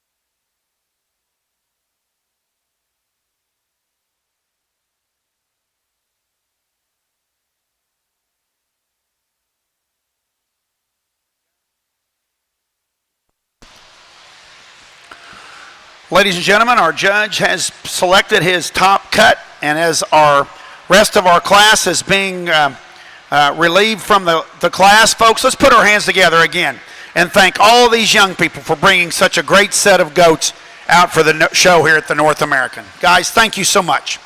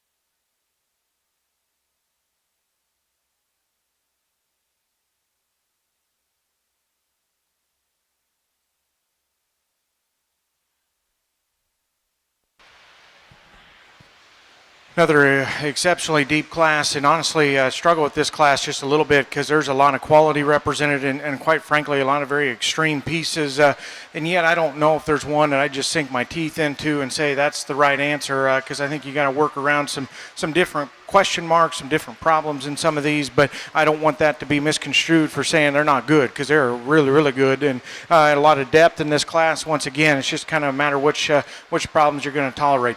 I quite frankly think this top pair just kind of fit together in my eye. I think as you back off of them, they're the ones that strike you as just a little more ladylike in the way they're built in terms of their front end construction, their neck setting, their shoulder. I think their level of comfort out here is just a little bit better than the two behind them. To me, I think the one we lead off with is maybe just a little bit truer to the ground when you get behind her. I think maybe just a little bit sharper in the way her neck sits in the front side of her shoulder. Again, I think in this big ring setting, you back off of them, she's just not one that strikes you as extra woofy in terms of her center body. Now, when I get my hands on her, I think I'm actually quite surprised in terms of how much spread she's got behind her shoulder, but I think from the outside, I think there's some down the line that just strike you as just a little bit more dense, but I think there's enough muscle in that one to go ahead and lead off with. Again, I think the one that comes here in second kind of fits her just in terms of type and kind. A little more elevation up front, a little thinner in about her neck, a little smoother shouldered. I think as you back off of them, she's maybe one that's just a nickel shorter out of her rump, and as you watch her go away from you, maybe wants to turn that rear leg in just a little bit more, but nonetheless, I think her length, I think just her general length and construction up front is better than the next two that come, and so that's kind of where I pair those two up. Again, if you wanted to use a little bit different type and kind, I think you could sink your teeth into the next two that come, because they're the ones that are extra moderate, they're extra opened up, very dense in terms of their muscle. I think they're ones, though, for me, that I get a little more critical of their skeletons, and I think in different places. One here in three, again, probably a little bit better in terms of her shoulder angle or her knee sets, maybe just a bit more ideal in my mind than the one that's going to be there in four. To me, where I struggle with her is her hip and hind leg, and I think you study her at the ground, a little softer and weaker in terms of her pastern, not real even. The way she plants and distributes her weight off of those rear feet, I think that's kind of where she needs to be changed. But in terms of extra body and center body cavity, I think you could convince yourself that there's a lot of good in that one, because she is opened up, big broad chest in that one, big spread up high as well. But again, just need to change her hip and hind leg. There's a unique breeding piece, I guess, in terms of the one that comes here in four. I think if you want some extra density, just some bulk and some squareness, and want some extreme pieces in that regard, she certainly fits the bill. She's just not my kind. I think she's one that just strikes me as a little bit more messed up in terms of her skeleton, and I think it's both up front and off of her rear leg. She's just not real comfortable in the way she handles herself. That one's got to be better and a little more relaxed. The angle to her shoulder, a little longer and better in terms of her rump and her hind leg. But again, in terms of squareness, center body, she sets the standard within this class. When it comes here in five is interesting.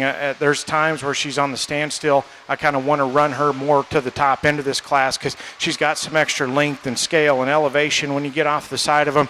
To me, I think there's some advantages in that regard over the two that are ahead of her within this lineup.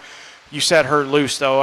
Again, her hind leg's just not good enough. She's really rigid and timid, and the way she goes off of those really sucks them in and gets too close at her hock. To me, I think that one needs to be redesigned there and in order to get her moved up any further. But again, neck setting, shoulder blade, I think just her extra lateness and maturity, I prefer that, just not enough off of her rear leg. But again, good set all the way through, a lot of depth. I can't be complimentary enough of the depth of those within this class. Put your hands together for them. Thank you, Judge. Placing first in Class 12 is entry 48, shown by Mason Hager from Millersburg, Ohio. Mason's goat weighed 91 pounds. Second in that class was entry 27, Calista Olivier from Jay, Oklahoma, and Calista's goat weighed 90 pounds. Third in that class is entry 438, Caden McKee from Prairie City, Illinois. Fourth, entry 19, Katie Eisenhower, Arcadia, Oklahoma. Fifth, entry 45, Mason Scott, Newark, Ohio. Sixth, entry 52, Eli Baker, Buckhannon, West Virginia. Seventh, entry 158, Henrich Wells from Goshen, Virginia. Eighth, entry 111, Blaine Heisey from Lebanon, Pennsylvania. Ninth, entry 421, Kara Greiner from Warren, Indiana. And 10th, entry 527, Bennett Bonham from Hamilton, Ohio. In the ring now is Class 13. Class 13 is in the ring. Our weights are 92 and 93 pounds.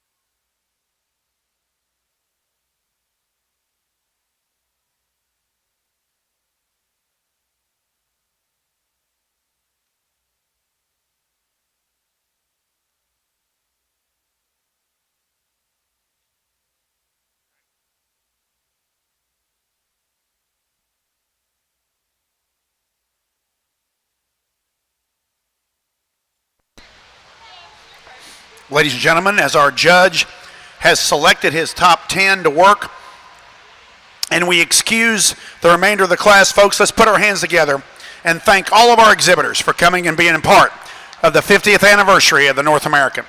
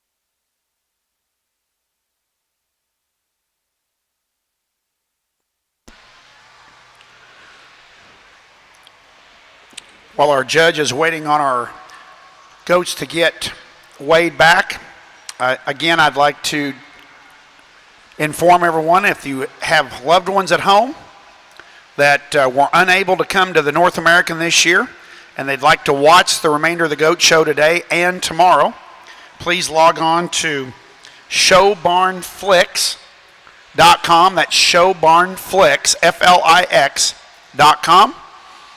And as they are live streaming our show today and tomorrow, I want to thank all of our friends again at Showbarn Flix. And also, if you'd like to capture memories from this year's North American, please go down and see Next Level Images, the official photographer here of the Goat Show today. Megan and her great crew would be more than happy to help capture some memories from this year's North American. Please go to the backdrop and see all of our friends at Next Level Images.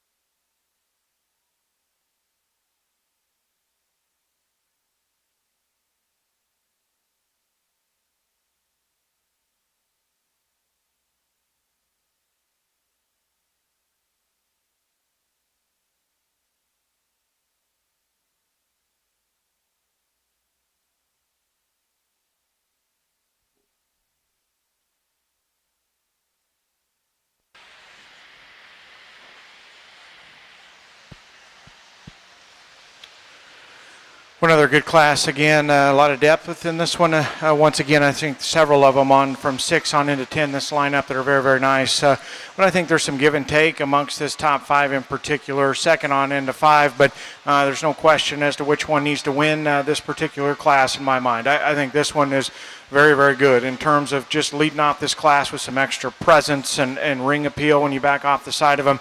Again, just very feminine and female-like about her head and her neck, and yet still comes with enough broadness to her chest and forearm. Her body shape is very, very good, and one that leaves you plenty square enough from hip on into and onto the ground. And again, just paints a really, really nice picture from the side. I think that one is very high quality and wins this class pretty easily. Again, there's some parts and pieces of the remaining 4 that I think there's some give and take in, and ultimately, I think just in terms of body shape, top side dimension, I think this one is one that fits our class winner just the best. I think as you back off of her, I think that's where she maybe gets in trouble, in particular just the way she's built out of her hip into her hind leg. When you study her out on her rear skeleton, just a little more jammed up from hooks to pins, maybe just a little awkward in the way she's built and set there into her hock. To me, I think we need to make her a little more secure in the way she goes there, but that's a big featured one down low that's awfully, awfully fresh in terms of her presentation. Big in her rib cage, big in her muscle on the top side of her skeleton. From the outside, I thought this one kind of mirrored our class winner just in terms of neck setting, levelness of top line. I thought just in terms of her length of rump, she was very good as well. Again, two-dimensionally, she can play and go ahead and be paired up with that winner. I think as you get at a rear three-quarter of her, that's kind of where she gets a little more disappointing. She's too closed up in terms of her fore rib, just doesn't feed out of the back of her shoulder with enough just true squareness and product right behind her blade. And then you study her go away from you, one that wants a little more funneled out to her tail. But again, two-dimensionally, very, very good in terms of her skeleton, her comfort level out here, the way she's built from the side. I like that about her a great deal. One that comes in 4, again, just from her hook bones forward, I really, really like her. That's a broad chest, a big forearm, a big fore-rib shape, and again, just spans with just a ton of width down the top side of her skeleton. To me, I think as you study her rear skeleton, that's kind of where she gets in trouble. She's too jammed up and too short out of her hip, and just one that really stabs them into the surface as she goes away from you. To me, I think we need to make that one a little more comfortable and hinge just a little bit looser out of her hip and hind leg. There's some cool parts of the one that rounds off our top 5. You talk about making one shallow-chested and cool in terms of their underline. I think she does that. And one that's very expressive in terms of her muscle shape. I think there's some cool pieces of that one, but I think push comes to shove. That's one that skeleton needs to be better, in particular up front. She's just rocked way too forward in terms of the angle to her blade, too forward in terms of her knee. She's just never truly up-headed and comfortable in the way she handles herself out here. To me, that's where we got to change her. But in terms of having some cool pieces, I think she fits up here at the top end. Congratulate them once again as they go out the ring with a nice round of applause. Thank you, Judge. Placing first in Class 13 is entry 534, Dakota Allen Smith from Osawatomie, Kansas. Her goat weighed 93 pounds. Second was entry 154, Avery Boyer from Billings, Oklahoma. Her goat weighed 92 pounds. Third, entry 269, Harper Hess, Bushnell, Illinois. Fourth, entry 498, Carly Christian from Royston, Georgia. Fifth, entry 514, Alyssa Schlemmer from Sobalasville, Maryland. Sixth, entry 568, Kinley Waldrop from Conroe, Texas. Seventh, entry 166, Kinsley Miller from Marion, Ohio. Eighth, entry 194, Emily Adams, Baldwin, Georgia. Ninth, entry 132, Adelie Holland from Homerville, Ohio.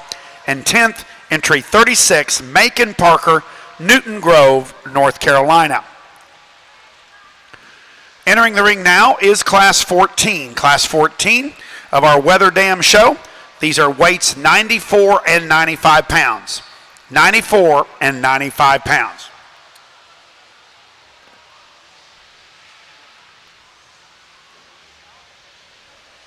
Attention in the barn. Class 14 is in the ring. Class 14 is in the ring. We need all entries for Class 15 to the makeup ring, please. All entries for Class 15 to the makeup ring, please. This is first call for Class 16. Class 16, first call.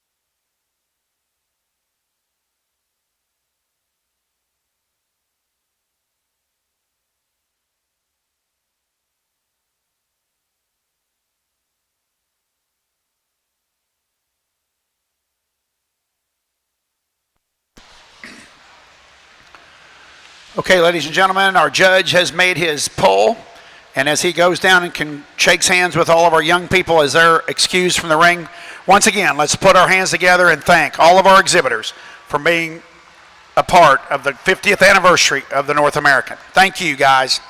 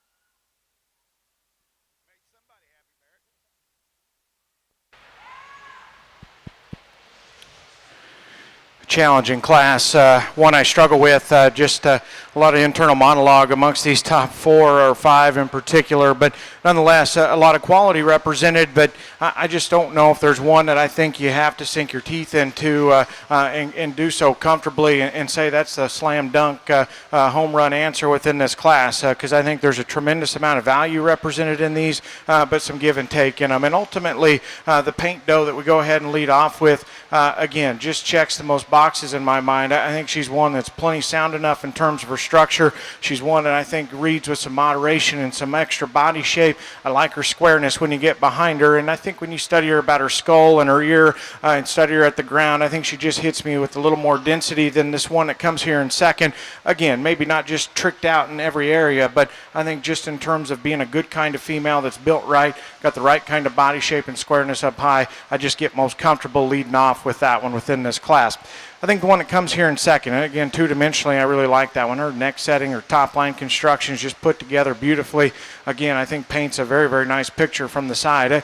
When you get your hands on her, there's actually more body shape there than I was expecting because, again, in this big ring setting, you back off of these does. She's just one that strikes me as just a little more fragile, and to me, I think it starts up in her head. She's not the most attractive about her muzzle. She's just a little longer eared. She's a little frailer in terms of her bone work. I think there's some aesthetics things that kind of just take away from her first impression in my eye, but in terms of being flexible and comfortable out here and maintaining some height to shoulder when those goats are in motion, that's where I like her to beat the big-haired one here in 3. Again, I just wish she was a little stouter at the ground, maybe change her head just a little bit. One that comes here in 3 is problematic for me. Again, that thing is fresh, she's big-haired, she's beautifully presented. Again, I think just in terms of some first impression and some ESTs, I think you can really like some things about that one. And again, she's big up high. I think just her shape behind her shoulder, her squareness to her pin bone, I think is very good. To me, when we set those in motion, that one really runs downhill, gets too upright in her shoulder and forward in her knee. And then for one that's that big and square up high, she just doesn't match that underneath. I think you watch that one go away from you, she clicks her heels as she goes away and just gets way too narrow at her base. I think you combine that with the fact that she's just too upright up front and runs downhill. That's where I like her in 3. But again, in terms of big pieces, fresh presentation, my compliments to people on that because, again, she's got some things that suck you in, but I think you can start criticizing her as you break her down. When it comes here in 4, again, I just trying to convince myself if there's enough of anything there to kind of go ahead and keep working her up. Again, you back off the side of her. I think her neck setting, her top line construction's good. That one's, again, a little bit deceiving in terms of how much back shape she's got in her. That one is big and square and stand up about her rack shape when you get your hands on her. To me, I think when you watch her go away from you, she's maybe just a little funneled out of her hip, maybe a little more insecure in the way she goes on her hock. I wish that one was both a little bit denser in terms of her rear leg and a little bit more stable in the way she was built there through her hock. But again, I think in terms of her neck setting, her top line construction, I think there's some pieces of balance that are very, very nice about that one. Young lady going in 5. Honestly, I struggle with that one because when they're at the standstill, there's some presence things about that one that really suck you in. I think you could gravitate to that one and sink your teeth into using that one to win at certain times within the showing here. Again, because when she's at the standstill, I love that one. Again, you set those in motion, she is too messed up off of both ends. Way upright, way timid in the way she goes out of her hip and hind leg. Honestly, I think you could consider her moving her down further within this lineup due to her skeletal problems for me, but I thought there was just too much good and too much first impression to throw her away within this class because of that. But again, I think that's one I can get awfully critical of in regards to her skeleton. Very, very nice class. Again, shuffle those around how you want. I'm not going to argue. Put your hands together. Very, very nice class. Thank you, Judge. Placing first in Class 14 is entry 515, Coy Alexander from Huntsville, Texas. Coy's goat weighed 95 pounds. Second in that class is entry 57, exhibited by Scarlett Denning, Newton Grove, North Carolina, and Scarlett's goat weighed 94 pounds. Third in that class is entry 59, Carly Taylor, Corona, Indiana. Fourth, entry 109, Ashley Weeble from Arcadia, Indiana. Fifth, entry 285, Ariana Lundgren from Jackson, California. Sixth, entry 47, Mason Scott, Newark, Ohio. Seventh, entry 452, Caden Derer from Arcadia, Indiana. 8th, entry 157, Henrik Wells from Goshen, Virginia. 9th, entry 39, Avery Holman from Perryville, Kentucky. And 10th, entry 371, Marley Albrecht from Marshall, Michigan. In the ring now is Class 15. Class 15, our weights in this class are 96 and 97 pounds. Following this class, we will be selecting our Division III champion and reserve champion, Wether Dam.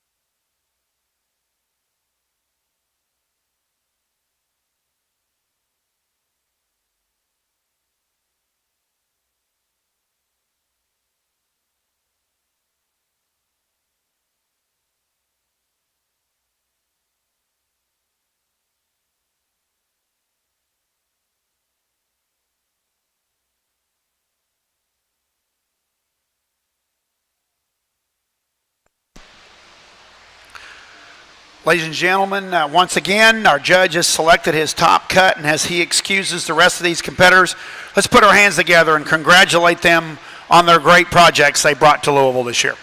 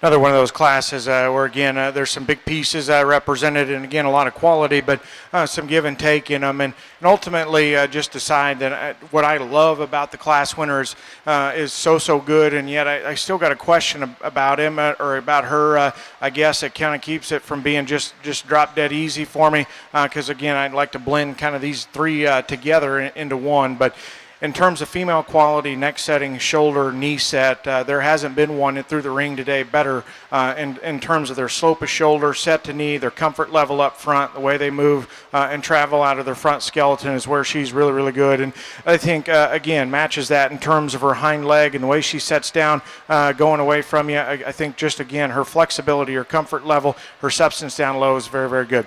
Again, I think there's enough forerib shape. I think there's enough back shape in that one to go ahead and justify using her to win.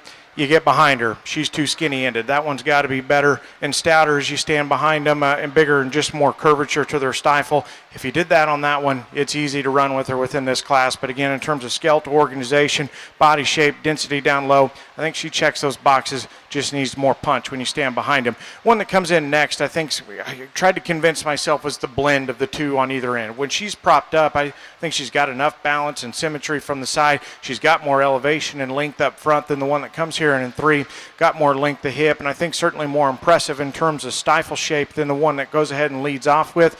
She's a little more fragile in terms of her bone work, and when we get out and set her loose, I just don't know if her pieces stay together quite as tidy, maybe a little extra set, a little more uncoordinated off of her rear leg. So again, I'd like to say that's the combination though within this class of the two that are on either side of her, but I still got too many question marks, in particular how she's built from her hock to the ground.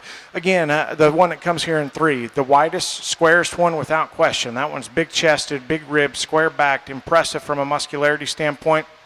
Just not my speed.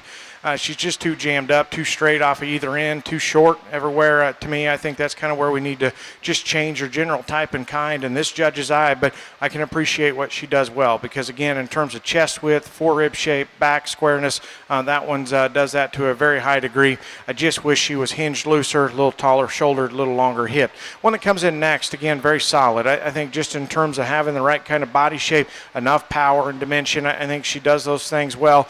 She's one that's just a little plainer in the way she's constructed at the base of her chest and shoulder, maybe a little more refined in terms of her foot and bone work, but again, I think just generally level in terms of construction, enough power and product in that one. Just wish she was a little stouter when you went to the ground. One that comes in next, again, two-dimensionally, I like her. I think that one props up well. I think can give you some balanced looks from the side. You get at a rear three-quarter of this top five. She's the one that's the most disappointing in terms of her chest width, her forerib shape, one that needs to be bigger and stouter in terms of her pin bone and her stifle, but to me that one just needs cracked open all the way underneath. But again, very good look from the side. Interesting top five here. If you would, put your hands together for all the exhibitors in this class. Another outstanding set.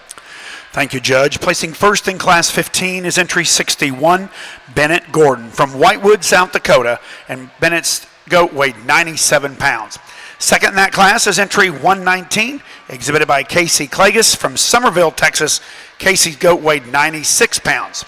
Third in that class went to entry 265, Tabry Lyerly from Hydro, Oklahoma.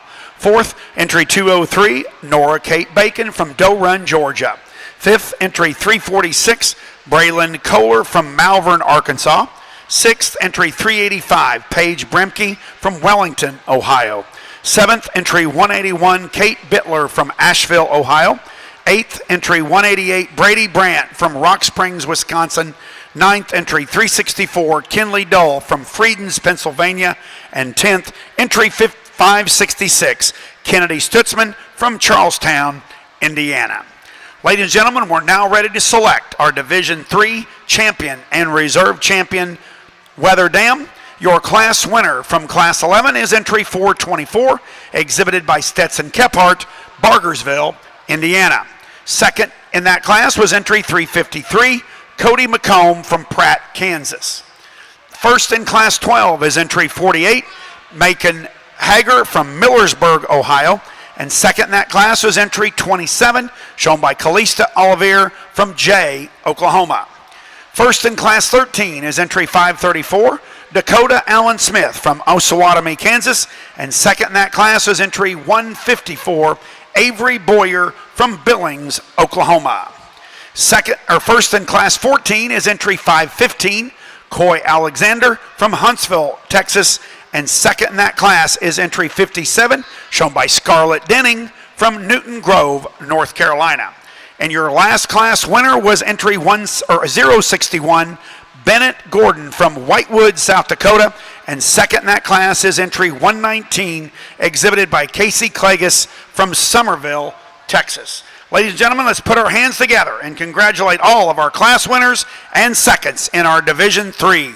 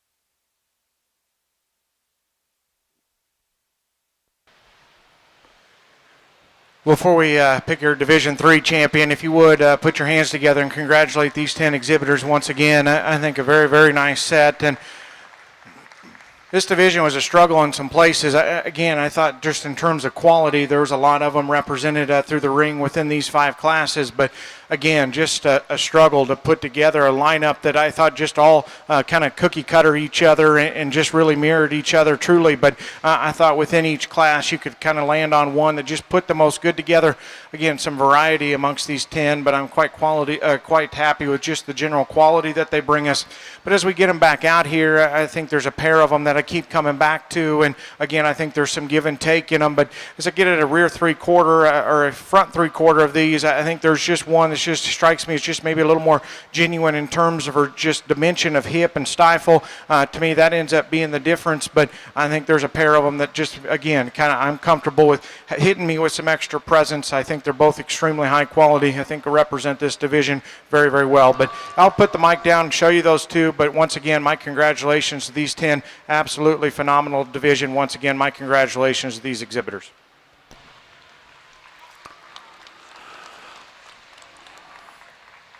Selected as your Division III champion is entry 534, Dakota Allen Smith, Osawatomie, Kansas. Congratulations, Dakota.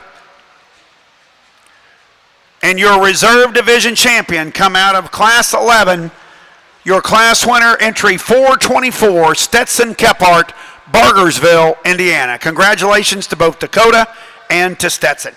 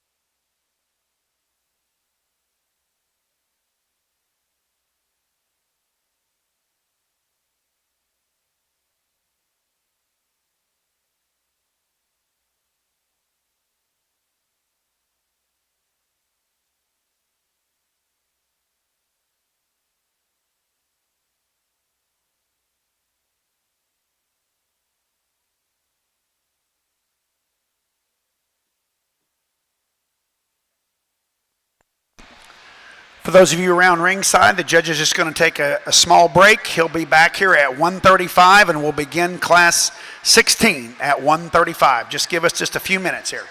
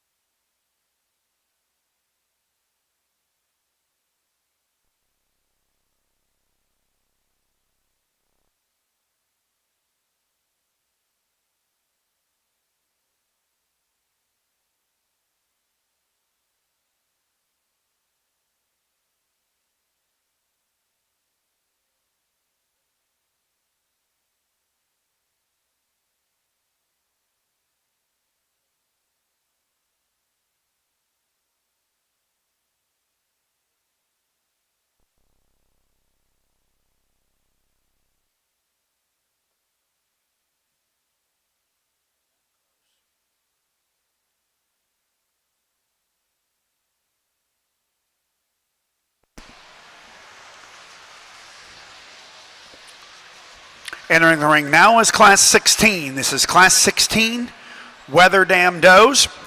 We have 24 entries in this class, and the weights are 98 and 99 pounds. 98 and 99 pounds.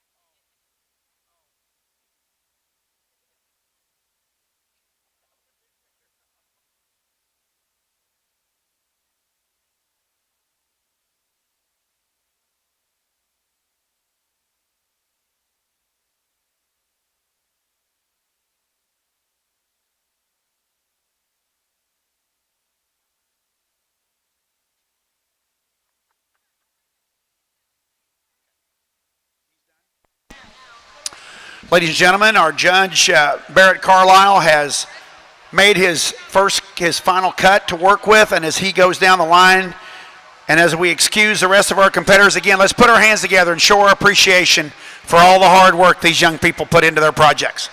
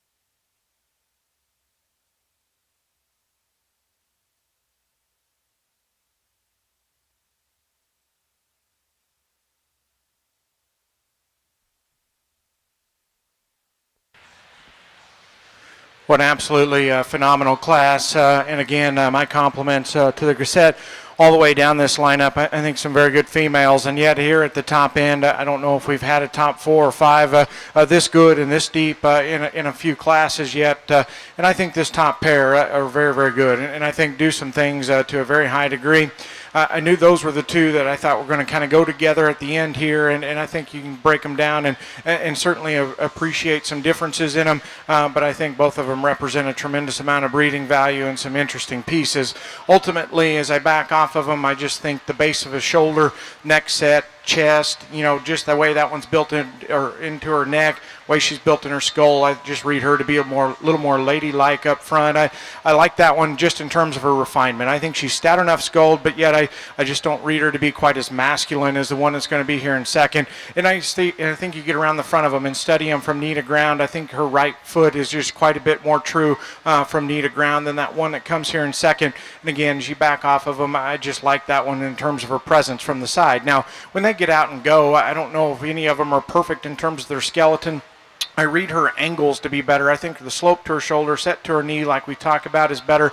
I think her length of hip is certainly acceptable. She's just a nickel, just tight and rigid in the way she wants to hinge out of her upper hip and go. But I think her angles on the standstill are plenty acceptable, in particular up front. Again, just her refinement in terms of her skull, her neck, her shoulder slope. I think that's where she's got the advantage. Now, the one that comes here in second is just incredibly dense. I think you study that one at the ground. That one's body shape, her muscularity, her squareness, certainly a stout one that you appreciate in that regard. And again, just in terms of a big skull and a big tail root, I think that one just kind of goes with that. To the point, I think read her to be a little more masculine. I think just her skull shape's just a little more off-putting to me. And then again, you get around the front of them. She's plenty twisted out up front. I think that's kind of where she needs to be changed in regards to just the way she's built from knee to surface. But if you want some extra body squareness, extra muscularity, that one is stout, stout, stout. Again, I appreciate what she does well. At the standstill, I like the one here in 3. Again, in terms of her neck setting, her top line construction, it's very, very good. I think you get out of that one and she kind of just comes apart up front. She's just a little rounder at the base of her shoulder. She kind of opens up in her blade. And I think when those goats are in motion, she just doesn't tie together quite tidy enough. And the way her shoulder transitions to the rest of her body cavity, I think that's where she's got to be a little bit better. But at the standstill, I love the way that one's propped up and gives you a look from the side. Certainly big and stout in terms of her foot as well. One that comes here in 4, again, two-dimensionally like. Again, female quality, femininity, the way she's constructed down her top line is very, very good. I think of the top 4 or 5, she's easily the most disappointing in terms of her forerib shape. She needs to be more robust behind her shoulder, come out of the backside of her blade with a little more spread up top. The same can be said for the 1 and 5. Again, just in terms of skeletal quality, female quality, I think those things are very much very high quality in this one. I think, again, she maybe just reads just a nickel planer in terms of her shape and her expression, and when we get out of her and set her loose, I think she maybe wants to drop her chest just a little bit, maybe doesn't maintain that same type of balance when those goats are in motion. Very, very good class. Again, my compliments to all those exhibitors. Very nice top pair. Thank you, Judge. Placing first in Class 16 is entry 506, Colton Kohler from Blanchard, Oklahoma. Colton's goat weighed 99 pounds. Second in that class is entry 008, Delaney Gaff from Leota, Indiana, and Delaney's goat weighed 98 pounds. Third in that class is entry 463, Gabrielle McDade from Oxford, Ohio. Fourth, entry 313, Isabel Lowry from Helena, Montana. Fifth, entry 193, Emily Adams, Baldwin, Georgia. Sixth, entry 447, Corbin Bremke, Wellington, Ohio. Seventh, entry 309, Sydney Schneider from Wilmington, Ohio. Eighth, entry 159, Henrik Wells from Goshen, Virginia. Ninth is entry 411, Ethan Dowell, Boswell, Indiana. And 10th is entry 388, Callie Burwald from Ojima, Wisconsin. In the ring now is Class 17. Class 17 is in the ring. Weights in this class are all 100 pounds.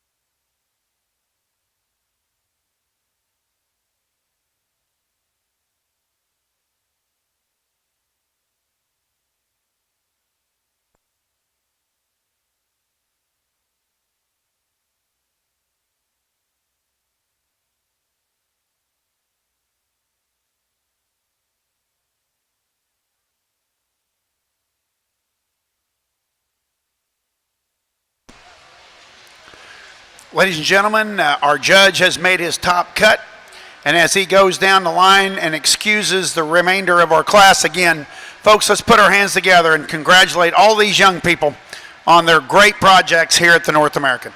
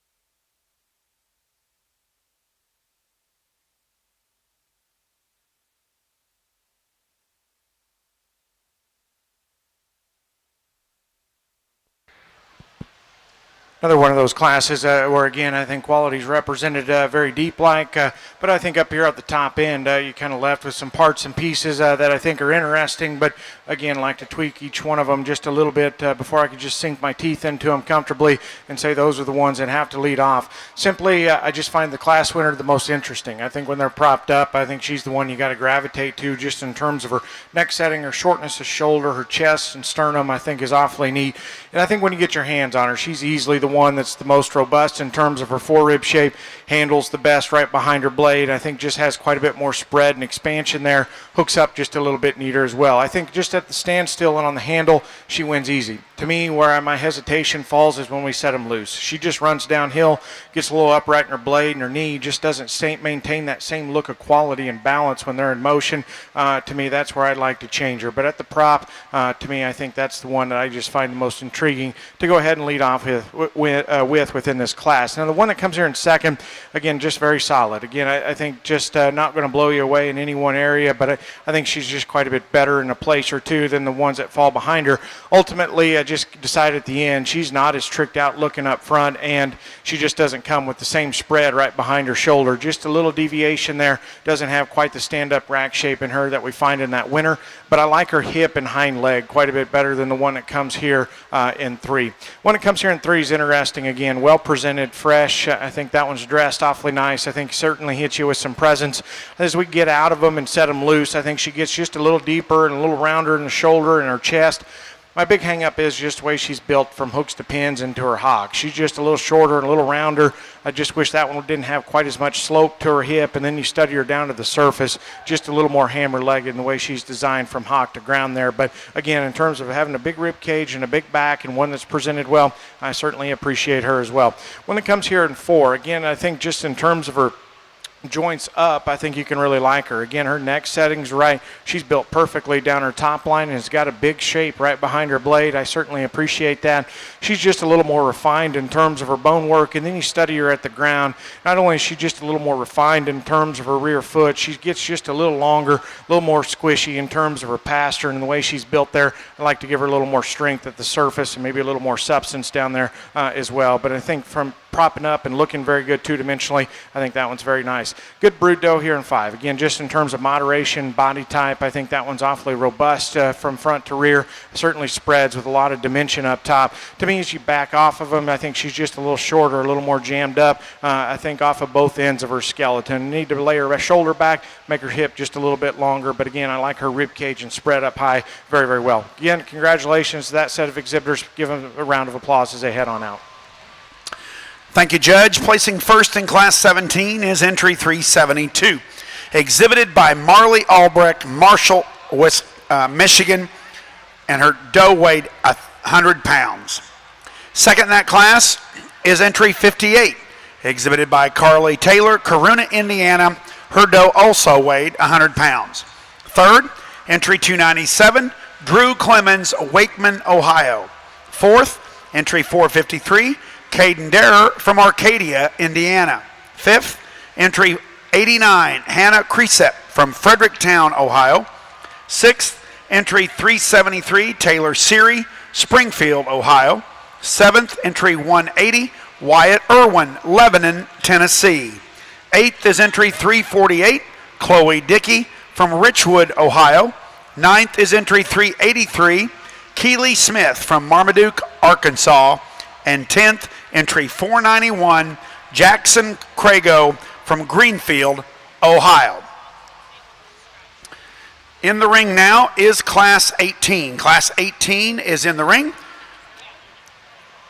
All of these does weigh 101 or 102.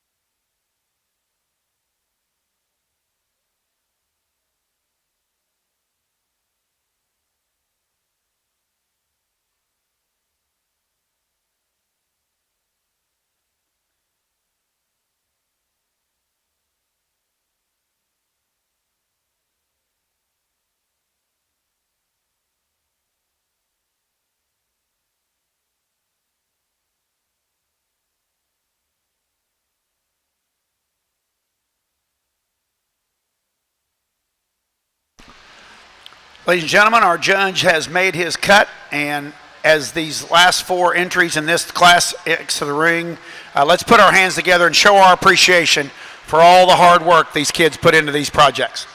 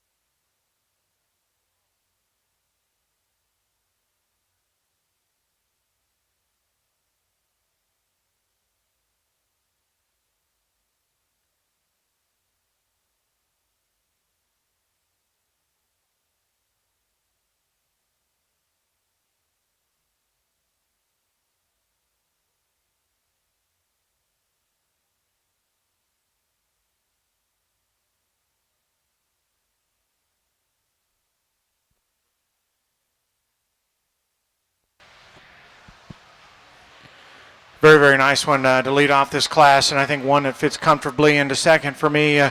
But again, I think a very nice one to start. And it starts up front. I love that one's head and her neck, her chest, and the way it sits up in her, and I think her shoulder and just the way it fits into her forerib and body cavity is very good.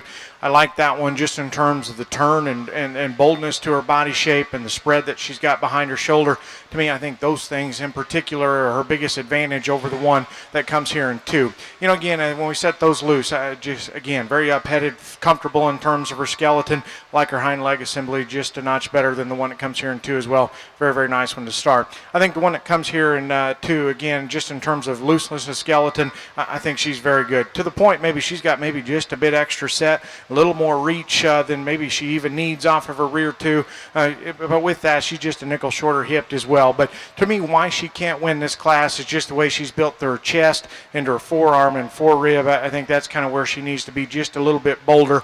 She just doesn't come out of the back of her shoulder with the same type of shape and expression that we find in that winner. But a very, very nice one. Again, I think just in terms of her slope of shoulder, her head carriage, the way she's built into her knee is very nice. One that comes here in 3, again, from the side, I like that one a good deal, just in terms of the way she can pull her top line together. I think gives you a nice look. When we get out of her and set her loose, she kind of wants to open up in her blade just a little bit, maybe not quite as tidy in the way she's built in her shoulder when they're on the go, but of the top 3, she's probably the most disappointing in terms of her top side shape. She just needs to be a bit bolder in terms of her forerib and body cavity to move up any further, but again, paints a very nice picture from the side and has a little more elevation than the red one that comes here in 4. One that comes here in 4 is interesting. Again, I think just in terms of chest width and body shape and squareness up high, she can run with the best of them within this class. We get out of her, set her loose. I think that's one that wants to run downhill just a little bit, and then she's one of the top 5, probably the most fragile in terms of her bone work. You need to stouten her up at the surface just a little bit,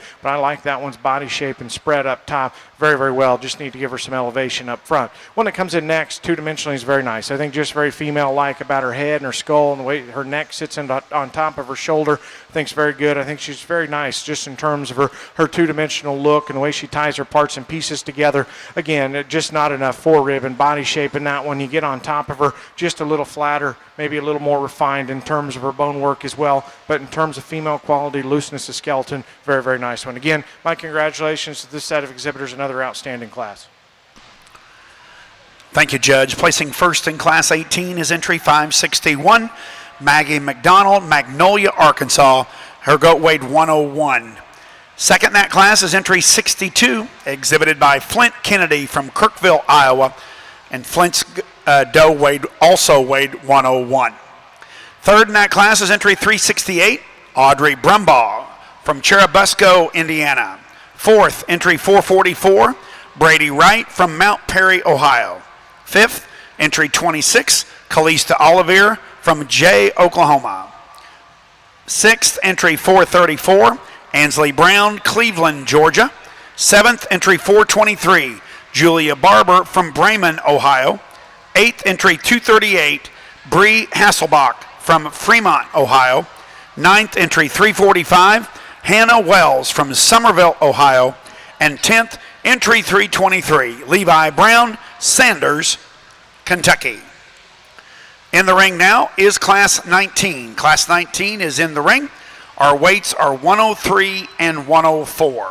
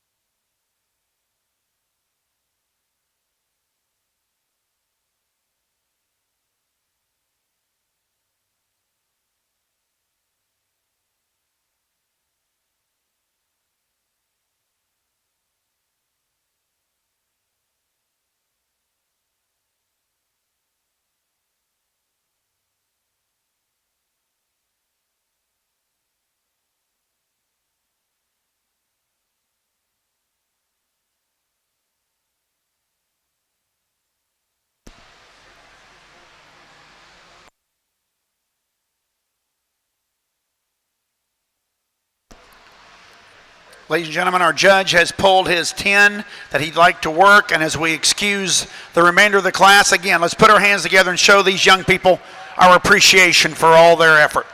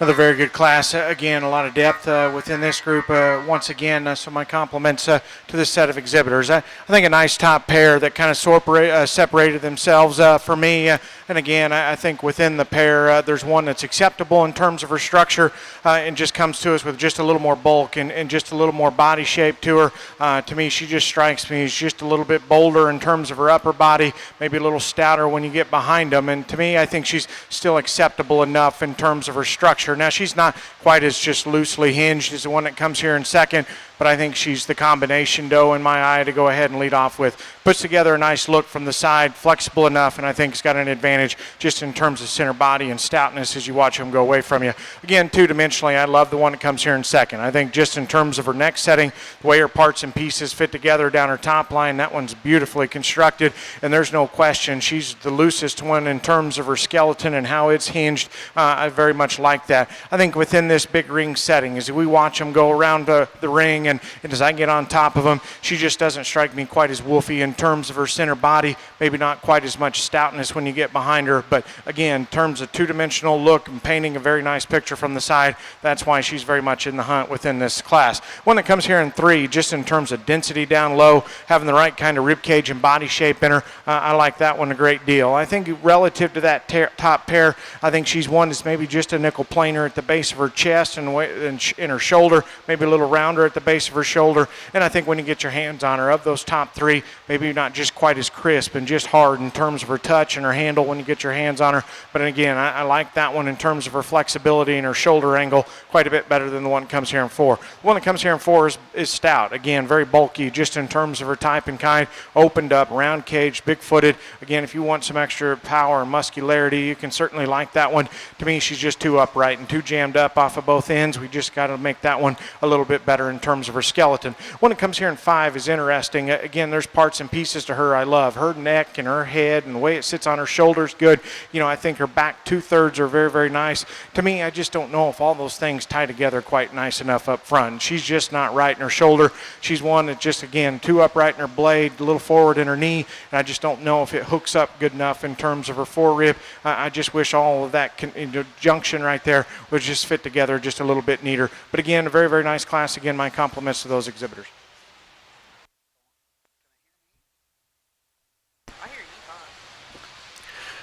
Thank you, Judge. Placing first in Class 19 is entry 454, Quentin Dare from Arcadia, Indiana. Quentin's doe weighed 103. Second in that class is entry 362, Harley Oswood from Burlington, West Virginia, and Harley's doe weighed 104. Third in that class is entry 74, shown by Grant Grubb, Rural Retreat, Virginia. Fourth, entry 178, Addison Flynn, Wellington, Ohio. Fifth is entry 543, Tyler Marlowe from Keithsburg, Illinois. Sixth, entry 134, Hunter Townsend from Philippi, West Virginia. Seventh, entry 546, Heather Hayes, Kingwood, West Virginia. Eighth is entry 339, Aubrey Rothenbuehler from Kimmel, Indiana. Ninth, entry 90, Hannah Crisip from Fredericktown, Ohio. And 10th is entry 216, Brody Mellett from Mason, Ohio. In the ring now is Class 20. We have 14 entries in this class. All of these does weigh 105 and 106. And following this selection of this class, we will be selecting our Division 4 champion and reserve champion, Wether Dam.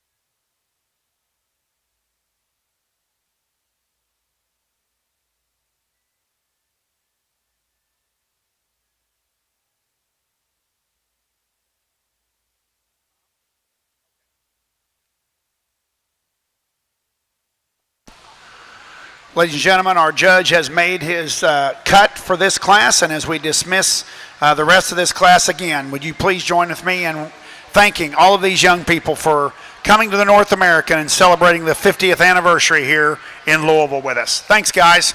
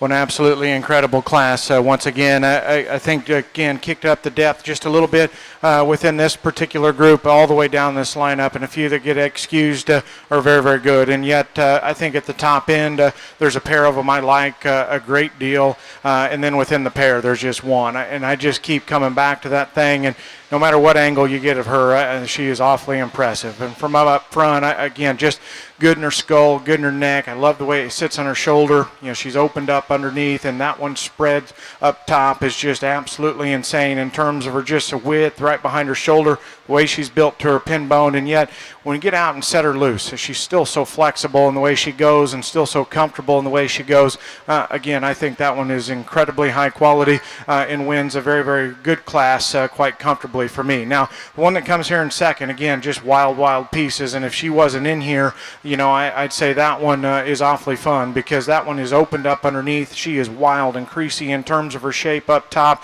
and again, very impressive. The way she's built to her pin bone and her tail, the extra curvature she's got to her stifle and her extra depth of twist is very, very good. You know, as I think you compare her back to that one that starts, I just don't know if she's quite as unique in the way she's built up in her head, the way she's built in her neck, and the way it sits on top of her shoulder. I don't think it's just quite as streamlined and quite as unique as that one that starts, but that's getting awfully critical of one that I think is very, very good. One that comes here in three, in terms of her front 2/3, I like a good deal. That one's neck set, chest width, forerib shape, and back shape is very, very good. That one is awfully opened up and through the floor of her chest. Handles very, very good right behind her shoulder, and just that hook up and the way she's built from her shoulder into her forerib is quite a bit better than the red doe that comes here in 4, and that's why she beats her. That's another one I like at the ground, just in terms of substance as well. To me, it's just her back third that get her in trouble. A little shorter hipped, and you get at her rear 3/4. She's just a little shallow in terms of her twist. To me, I think that kind of throws off her balance at times, because she's just a little shorter rumped, a little flatter stifled, a little shallower twisted. If you could just make that a little bit square, a little bit more curvature from the side, I think that one becomes a player within this trio. The one that comes here next, when she's at the standstill, I like a lot of things about that red doe. First of all, she is fresh. She is highly presented. Again, my compliments to that young man in that regard. That one's hair coat is very, very good. I love that one when you get your hands on her, just in terms of how hard touching she is, how square she is over her loin edge, and that one's rump shape is very, very impressive when you get behind her. I guess to me, when we get out and set her in motion, I just don't know if the front third of her body stays hooked up to the rest of her body cavity quite neat enough. She kind of opens up in her blade. She gets a little off right behind her shoulder. If we could just piece that together just a little bit neater, again, this really, really good class gets even harder. But again, I like some parts and pieces. That one a great deal. Just wish she was better behind her shoulder. A good brood doe to round off her top 5. I think just in terms of balance and symmetry from the side, her top line is constructed very, very good. Again, another one just in terms of her underline progression just reads very maternal. I think when you get your hands on her amongst this top 5, she's easily the one that's just the flattest in terms of her forerib shape. Doesn't come out of the back of her shoulder near expressive enough or near wide enough when you get your hands on her. But nonetheless, I think that one's basic build and skeletal quality certainly puts her up here at the top end of a very, very good class. Again, my compliments to this set of exhibitors. If you would put your hands together for an outstanding lineup. Thank you, Judge. Placing first in Class 20 is entry 553, Delania Brugman from Peterson, Iowa. Her doe weighed 105. Second in that class is entry 12, shown by Destin Emerson from Tuttle, Oklahoma. Her doe also weighed 105. Third in that class is entry 496, Carly Christian from Royston, Georgia. Fourth, entry 232, Andy Agee from Marmaduke, Arkansas. Fifth, entry 335, Kate Schaefer from Adel, Iowa. Sixth, entry 384, Paige Bremke, Wellington, Ohio.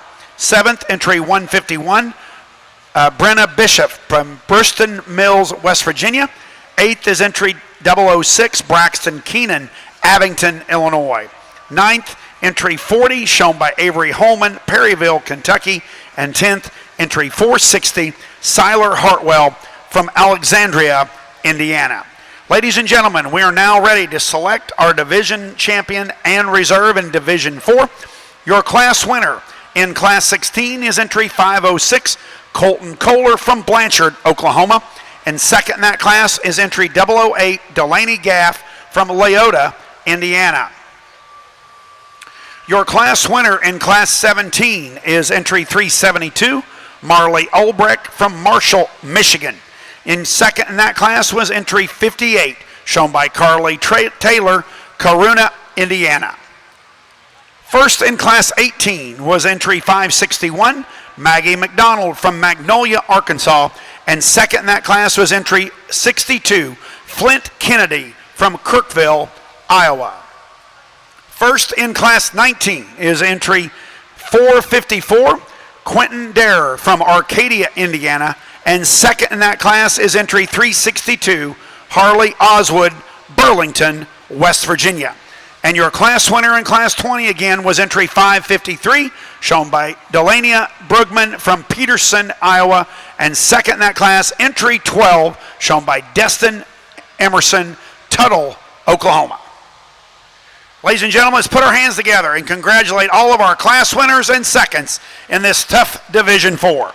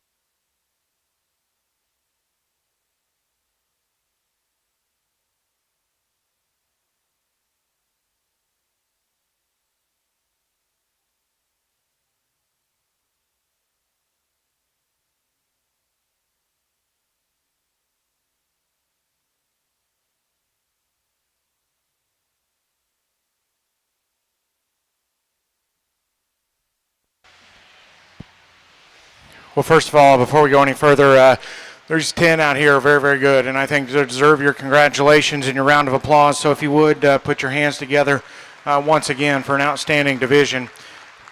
I thought throughout the morning and so far yet today, I thought as we got into our division drives, there ended up being a couple of them you could pair up or so in my eye anyway, and just ones that fit together in terms of quality. And I thought ultimately we're pretty clear as to which two I prefer. But as we get them back out here within this particular division, there's probably 4 of them that I really, really like and again keep coming back to. I'm comfortable with the winner. I think it gets a little bit closer for reserve in my eye, but nonetheless, I think this division's been absolutely outstanding. So there's some differences in them. Once again, I can't be complimentary enough to this set. It's just kind of what I prefer, but there's one that suits me very well, and then I get comfortable using one for reserve the longer we work them out here. But I think they're 2 very, very high quality ones, just a little bit different in terms of their kind and their presentation. But if you would, put your hands together one last time. I'll show you the 2 that I like out of here. Once again, I can't be complimentary enough. Outstanding division here in Division 4.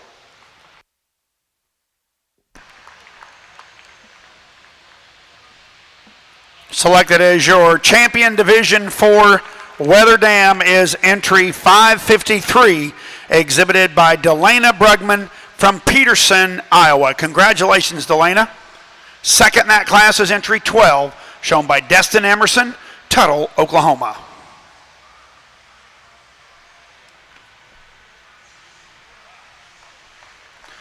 And your reserve division champion is entry 506, exhibited by Colton Kohler from Blanchard, Oklahoma. Congratulations again to Delana and to Colton.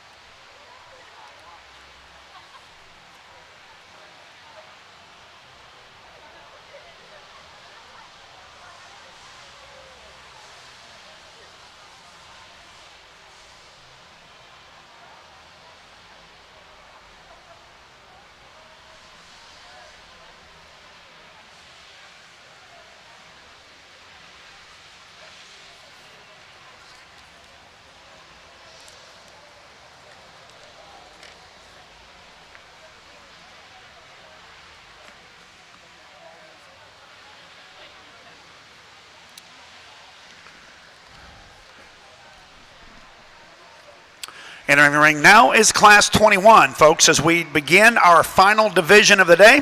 This is Class 21. We have 16 in this class. The weights on these Wether Dams are 107 and 108. 107 and 108.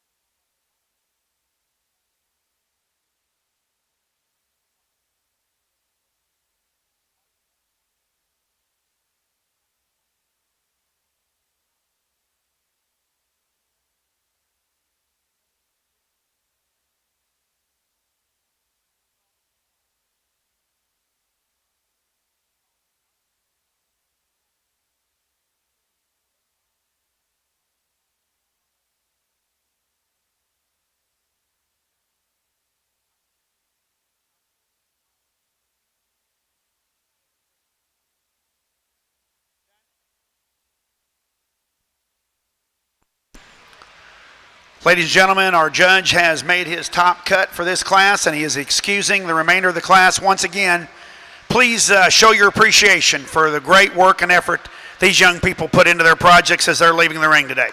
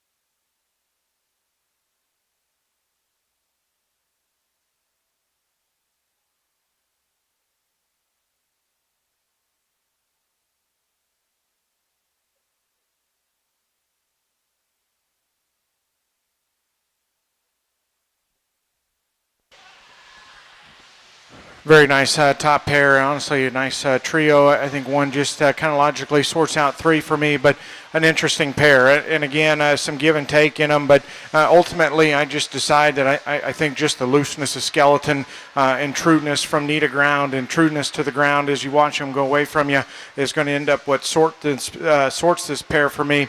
Again, the winner is probably not just truly as crude and shaped up in terms of her muscle as the one that's going to come here in second, but I think you back off the side of them. That is a really, really neat look in terms of her neck set, her shoulder. I think the way she hooks up behind her shoulder is just a little bit stronger than the one that's going to come here in second. And again, I think when we set them loose, I think she's just so much more loose in terms of how she's hinged off of both ends. Takes a little longer stride. It's just a little more comfortable in the way she goes. That ends up being the difference. Now, the one that comes here in second is tricked out. I think just in terms of pieces and breeding value, she certainly represents quality to a very high degree. That one is very big bone. She's really, really round in the shape to her rib cage and handles incredibly good. I think just right behind her shoulder, the squareness that she's got behind her shoulder, I think is, again, very, very good. When we set those loose, I think she just gets a little more upright in her shoulder. You get around the front of them. She's a little twisted out up front. And then you watch her go away from you. She's just a little more timid in the way she hinges out of her hip and hind leg. And for as much shape and mass as she's got up high, kind of wants to funnel to her base as she goes away from you. Again, some very far-reaching pieces in that one.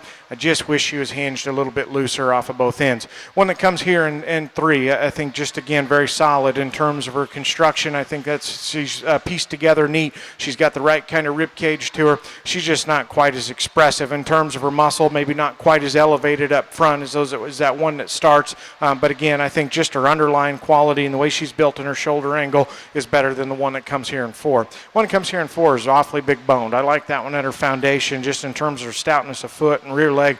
I think is awfully nice. You know, I think you back off the side of her, I think that's kind of where she's got some issues in terms of how she balances. Too much of her visual weight's thrown up front, wants to get a little cut up into her rear rib and flank, and maybe a little more upright in her shoulder as well. But again, I like her foundation and one that's presented very, very well.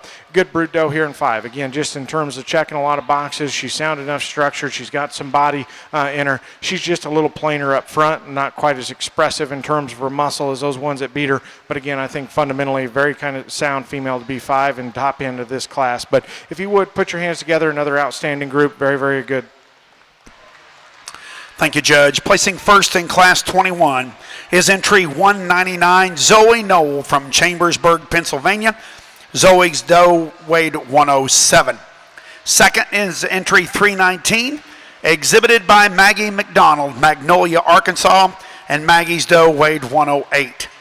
Third in that class was entry 214, Katie Miller from Shipshewana, Indiana. Fourth, entry 429, Hoyt Sartain from Cleveland, Georgia. Fifth, entry 445, Brady Wright, Mount Perry, Ohio. Sixth, entry 270, Harper Hess from Bushnell, Illinois. Seventh, entry 571, Samantha Calvetti from Galva, Illinois. Eighth, entry 359, Lexi Heim from Lancaster, Ohio. Ninth, entry 539, Stella Kenner from Garner, North Carolina. And 10th, entry 192, Halen Wise from Newark, Ohio.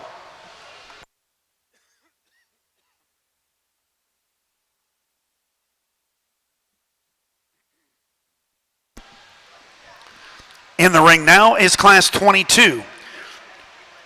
Class 22, we have 19 entries. And our weights go from 109 to 112. 109 to 112.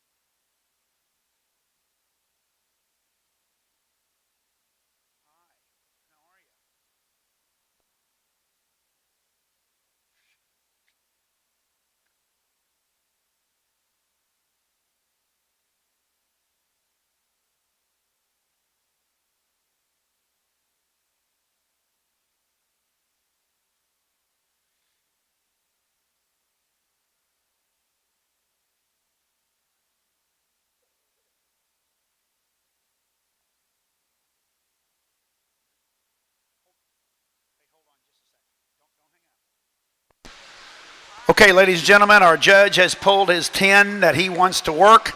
And as he's going down the line congratulating these young people once again, would you please join with me in showing these kids your appreciation for all their hard work, bringing these great goats to the North American. Thank you, guys.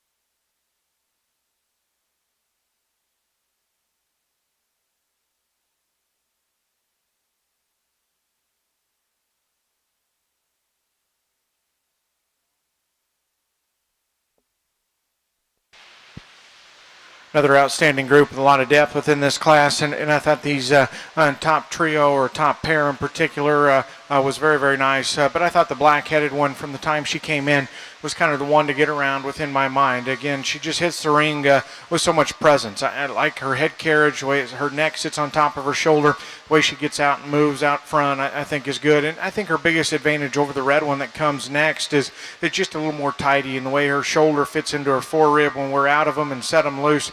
And again, you get on top of that one. She's got a big spread up top, really, really square in terms of how she's built in her pin bone, and again, very flexible off of her hind leg. If I'm going to change her just a little bit, she's just adequate in terms of her foot size when you go to the ground. I think you could stouten her up in terms of her foot ever so slightly, but that's a very, very nice one and a nice place to start. When at the standstill, I like this red one a bunch, and she's tricked out up front. I think her neck set, her shoulder, her cleanliness of chest and sternum relative to that one that comes here in 3 is her advantage to go ahead and get around her within that pair. Again, you get your hands on her, big spread up top, really, really hard in terms of her muscle. I like that one, squareness down her back quite a bit. Again, props up, very, very good. You get out of her and set her loose. She just gets a little bit low-headed, maybe wants to labor out of her shoulder just ever so slightly. I think you tilt the angle to her shoulder back just ever so slightly, but again, that's getting critical of one that I think props up and looks very, very good from the profile. One that comes here in 3, again, very solid. Just open them up underneath, making them round in their body shape. She does that very well. And again, I like that one in terms of her hind leg. Her substance down low is very good. As you back off of them, I think she's just a nickel deeper up front, maybe just a little rounder in terms of her shoulder. I think she's one that when we get out of them and set them loose, she could be just a little bit cleaner in terms of her breastplate, make her a little bit more tidy up there. But again, I think just in terms of the very basic fundamentals of a brood doe, I think she does that to a very, very high degree. I think she's tremendously high quality and deserves to be at the top end of this one. The one that comes in next, again, at the standstill, I like. She's got some elevation up front. She's level in terms of her top line construction. And another one you like in terms of her bone, a good deal. To me, when you set her loose, I think she's one that kind of wants to get a little bit plainer. She wants to run downhill just a bit, get a little bit more open in her shoulder. And I think of the top 4 or 5, she's probably the one that's just the plainest in terms of her touch and her muscle as well. I think you just need to make her a little bit tidy at the base of her shoulder and the way she's built there. I like the front 2/3 of the one that comes here in 5 a good deal. Her head and her neck and her shoulder, I think her underlying progression is absolutely tremendous. That's another one that spreads very, very well in terms of right behind her shoulder and the dimension that she has there.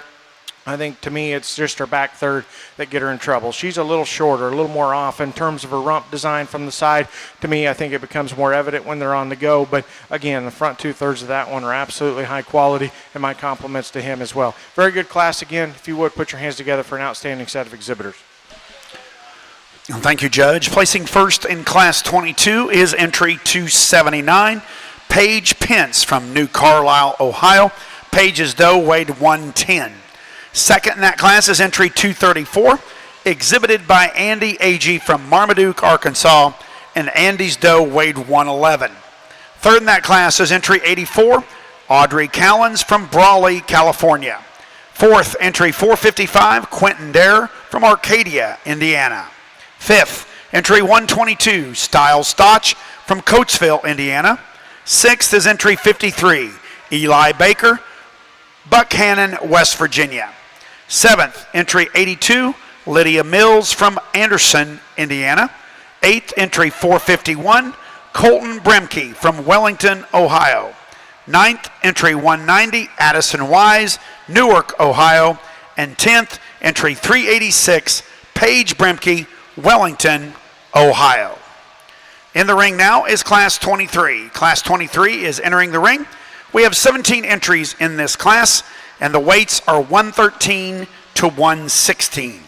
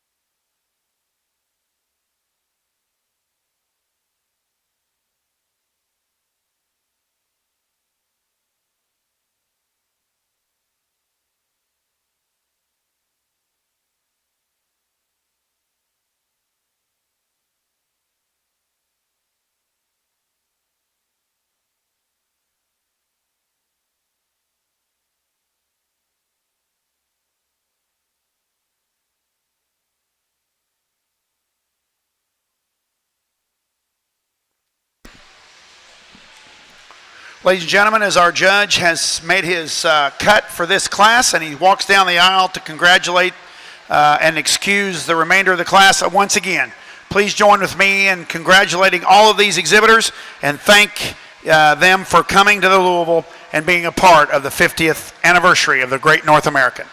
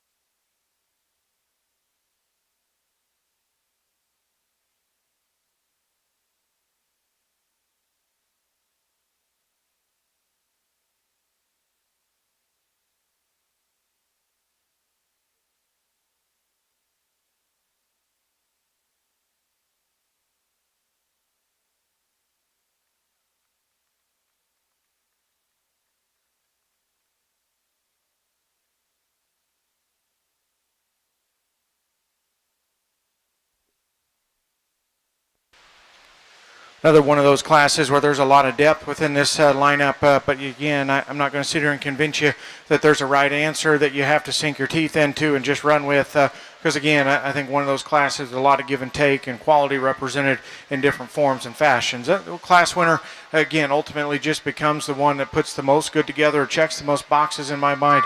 I think when she props up from the side, I think you can appreciate just the way her neck setting is built, the way she's built at the floor of her chest and at the base of her shoulder. And again, when you get your hands on her, that one's by far and away the best one just in terms of her forearm shape, her expression and her touch and squareness up high. Again, I guess to me what makes it a little more hesitant to use her, I think she just reads to be a little more fragile in terms of her bone work in her foot. I'd like to stouten her up at the foundation. At the standstill, I love the one that comes here in two. In fact, I want to use that one when they're propped up, because she's the one, again, elevation up front, wide chested, big forearm, got some extra substance down low. Again, I like that one's rib cage and squareness. Her touch is quite a bit better than the one that comes here in three. When we set them in loose, I think that's kind of where I hesitate to ever start her within this class. Her hind leg's just not good enough. She got too much set, just not real coordinated the way they go, and really kind of pulls them in as you watch her go away from you. We just got to make that one's hind leg just a little more stable and a little more attractive as they go. One that comes here in third, I think when he gets her propped up, I think can give you a proportional look from the side. Got some length of neck, shortness of back. I think that one's got some roundness to her body shape and rib cage. To me, I think it's her back third that get her in trouble. She's just too short and round out of her hip, got too much set to her hind leg, and I think of the top five, probably the plainest in terms of her touch and handle. Just doesn't feed out of the back of her shoulder with enough expression to get around that top pair. One that comes here in four is a stout one. Now, that one is big-footed, big-caged, big muscle all the way through. I think just in terms of density from head to toe, you can appreciate that one to a very high degree. I think she's one, you back off the side of her, she's a little plainer up front, a little shorter in terms of her hip. Then when we set her loose, I think she's one that wants to run downhill and get too upright in her blade. Need to relax her in the angle to her shoulder when she gets out and goes. A very fundamental one here in five. Again, I think when she props up from the side, she's proportional, she's balanced. I like her rib cage and the sweep she's got to her underline. We set her loose. I think she just reads a little plainer up the front 1/3 of her body. Need to tuck her up in her chest and at the base of her shoulder just a little bit. And again, it's not overwhelming in terms of product and muscle when you get your hands on her. But again, very good lineup again of parts and pieces. Put your hands together for them. Thank you, Judge. Placing first in Class 23 is entry 007, exhibited by Delaney Gaff from Leota, Indiana, and Delaney's dam weighed 113. Second in that class is entry 247, exhibited by Olivia Stodmeyer from Sterling, Ohio. Olivia's dam weighed 115. Third in that class is entry 477, Sawyer Wilkins, Mount Crawford, Virginia. Fourth, entry 393, Bailey Williams, Ranger, Georgia. Fifth, entry 260, Fallon Palmer, Canton, Ohio. Sixth, entry 410, Ethan Dowell from Boswell, Indiana.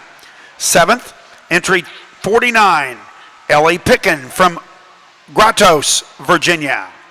Eighth, entry 456, Victoria Kovacs from Fulton, Ohio. Ninth, entry 73, shown by Laura Hayes, Kingwood, West Virginia. And 10th, entry 331, Abigail Tingle, Shelbyville, Kentucky.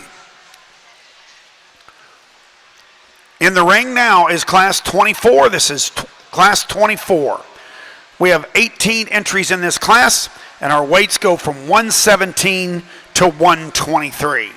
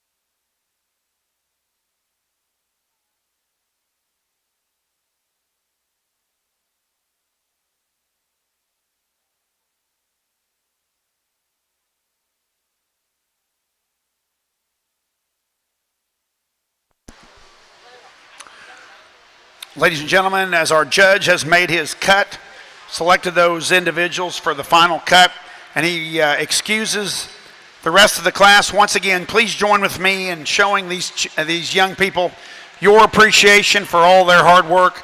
Guys, thanks for coming to Louisville and being a part of the great North American.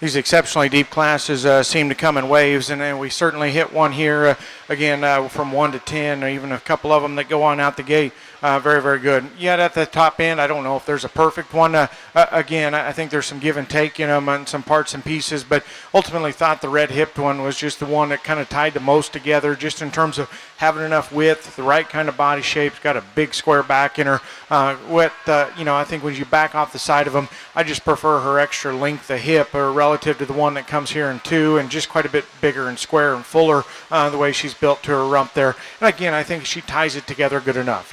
She's for as long-bodied as she is and for as much width and mass as she's got, I think she's tidy enough in the way her parts and pieces come together. I think that's just a very nice one to go ahead and win this class. One that comes here in second, I like just up front. I think just her skull, her neck, the way it sits on her shoulder, the way she's built up front, I think is very good. I like her knee quite a bit better than the one that comes here in 3. Unfortunately for her, it's just her back third that get her in trouble today. I think she's one that's just a little bit narrower out to her tail, maybe just a little bit shorter in terms of her rump. To me, I think you could just stretch her out and make her a little more square right there in her upper hip, and then that one wins for me because, again, her elegance up front, her body shape, her flexibility, I like those things to a great deal. I just wish that one's upper hip was just a notch better. One that comes here in 3 is interesting. At the standstill, that one paints a beautiful picture. That one is fresh-haired. She's well presented. That one is absolutely 12 o'clock in terms of her presentation. To me, I think you get underneath of that hair, I think there's just a little more question marks in that one. First of all, her skeleton. I think you study her up front. She's a little more upright in her blade, a little more in at her knee. I just don't know if she's real true in the way she comes at you. She closes up at the surface as they come right at you. And then one that's just quite a bit shorter in terms of her hip, straighter in terms of her hock. But again, I think when they're propped up and they're put together from the side, that one's unquestionably one of the more higher presence ones out here. I just wish that one was just better in terms of her skeleton off of both ends. A very fundamental one comes here in 4. Opened up, moderate, big in her body shape. I think that's one that's just a little plainer in terms of her design. I think a little shorter coupled, a little shorter rumped, maybe not quite as neat at the floor of her chest or the way she's built there into her sternum. But I think that one's plenty flexible, very, very good in terms of her body shape. Kind of platinum colored one that comes here in 5. I think just in terms of her bone and her substance, I like that one a good deal. I think that one is very, very stout in terms of her feature. And I like her shortness of blade and the way her neck ties in the top of her shoulder. I think just her chest floor is probably a little bit better than the one that's there in 4. It's just the way she's built behind her shoulder, and then you get over to her loin edge, out of her jump muscle into her hip. I think that construction just needs to be better and neater, and I think you combine that extra jump muscle with being a little flatter in terms of her stifle. I think that rear third just throws her balance off just ever so slightly. Again, incredibly good class from top to bottom. Congratulate them with a round of applause. Thank you, Judge. Placing first in Class 24 is entry 430, exhibited by Katie Hummel, Cabri, Illinois. Katie's doe weighed 118. Second in that class is entry 31, shown by Kenna Cooley from Pomona, Kansas. Kenna's doe weighed 118 also. Third is entry 255, Mackenzie Plake, Tipton, Indiana. Fourth, entry 519, Court McNear from Maxwell, Iowa. Fifth is entry 507, Colton Kohler from Blanchard, Oklahoma. Sixth is entry 377, Hannah Dingledine from Mechanicsburg, Ohio. Seventh is 068, Gavin Molnar from Grantville, Pennsylvania. Eighth is entry 572, Samantha Calvetti from Galva, Illinois. Ninth is entry 298, Harper Clemens, Wakeman, Ohio. And 10th is entry 392, Brooke Williams from Ranger, Georgia. Ladies and gentlemen, we are now looking at Class 25. Class 25 is in the ring. This is our final class of the day. Following this class, we will be selecting our Division 5 champion and reserve champion, Wether Dam. We have 14 entries in this class, and our weights go from 125 to 156. 125 to 156.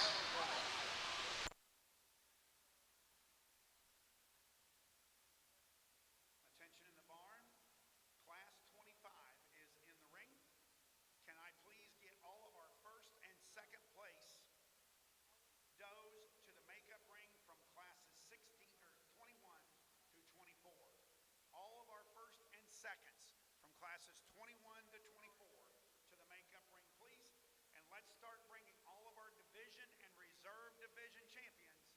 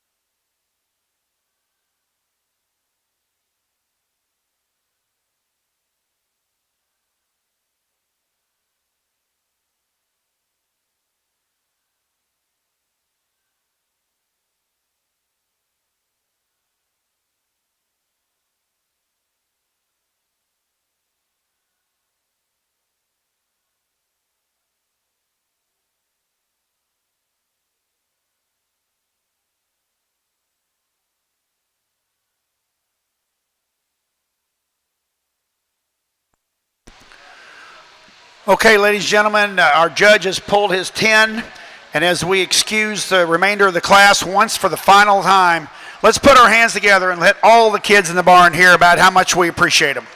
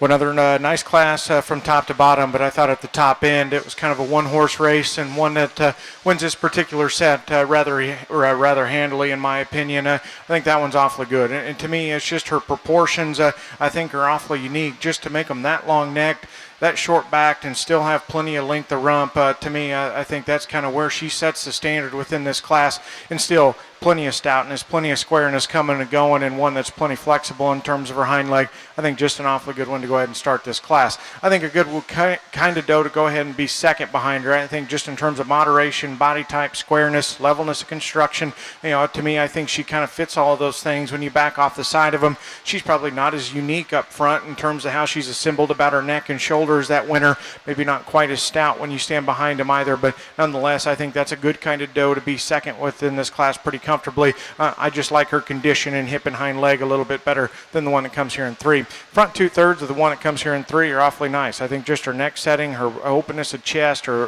rib cage is very good.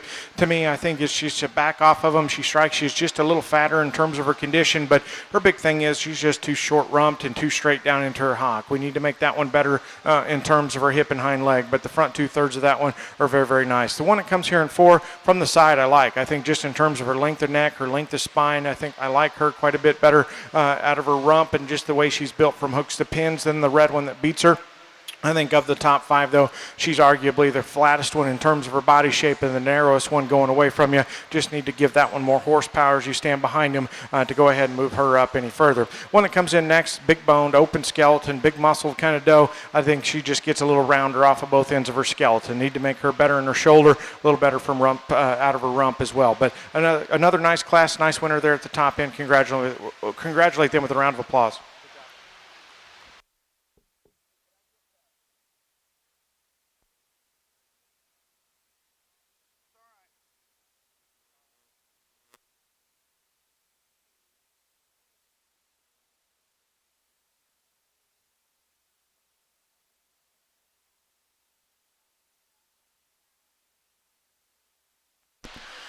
Thank you, Judge. Placing first in Class 25 is entry 563, Kenzie Statmiller from Dayton, Pennsylvania. Her doe weighed 132. Second in that class is entry 183, Aiden Hohenwalter from Escalon, California. And Aiden's doe weighed 125.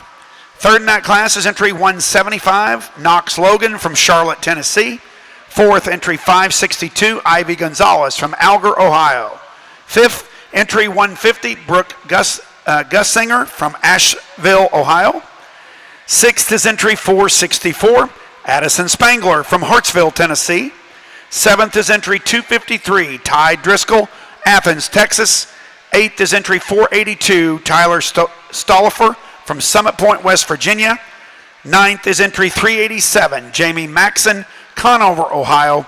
And 10th is entry 338, Jacoby Geiger, Albion, Indiana.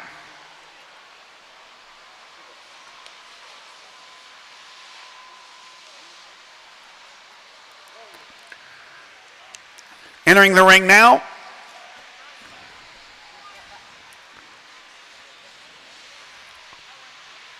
are our class winners and seconds for our Division 5 champion and reserve. Your class winner from Class 21 is entry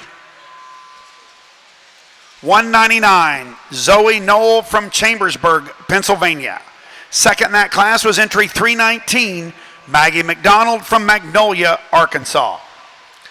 First in Class 22, entry 279, Paige Pence from New Carlisle, Ohio.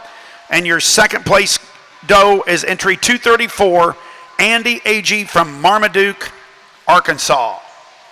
First in Class 23, entry 7, Delaney Gaff from Leota, Indiana. Your second place goat in that class is entry 247, Olivia Stodmeyer, Sterling, Ohio. First in Class 24 is entry 430, shown by Katie Hummel, Cabri, Illinois. And second in that class is entry 31, Kenna Cooley, Pomona, Kansas. And your class winner in Class 25 is entry 563, exhibited by Kinsey Statmiller from Dayton, Pennsylvania.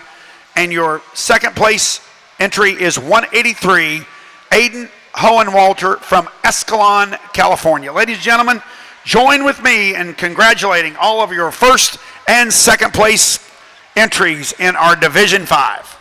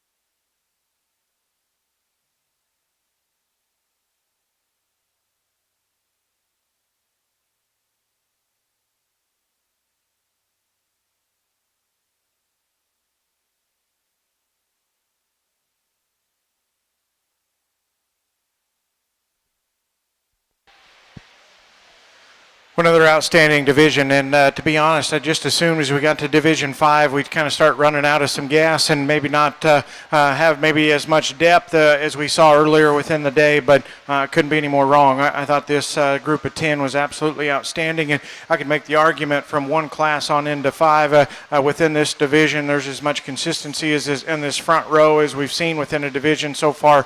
I think 5 awfully nice class winners and a very, very good set of seconds to follow them up.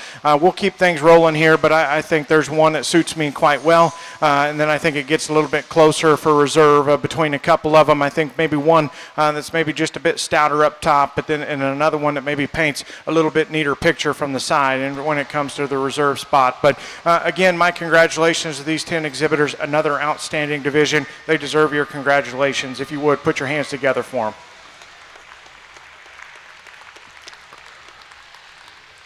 Your Division 5 champion is entry 563, Miss Kinsey Statmiller from Dayton, Pennsylvania. Congratulations, Kinsey.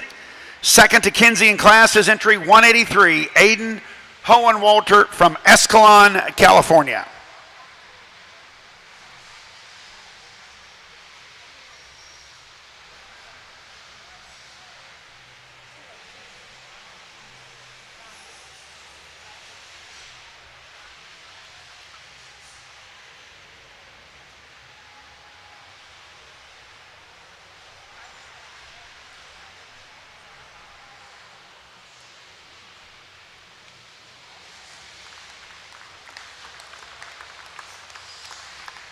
And selected as your reserve Division 5 champion comes out of Class 21.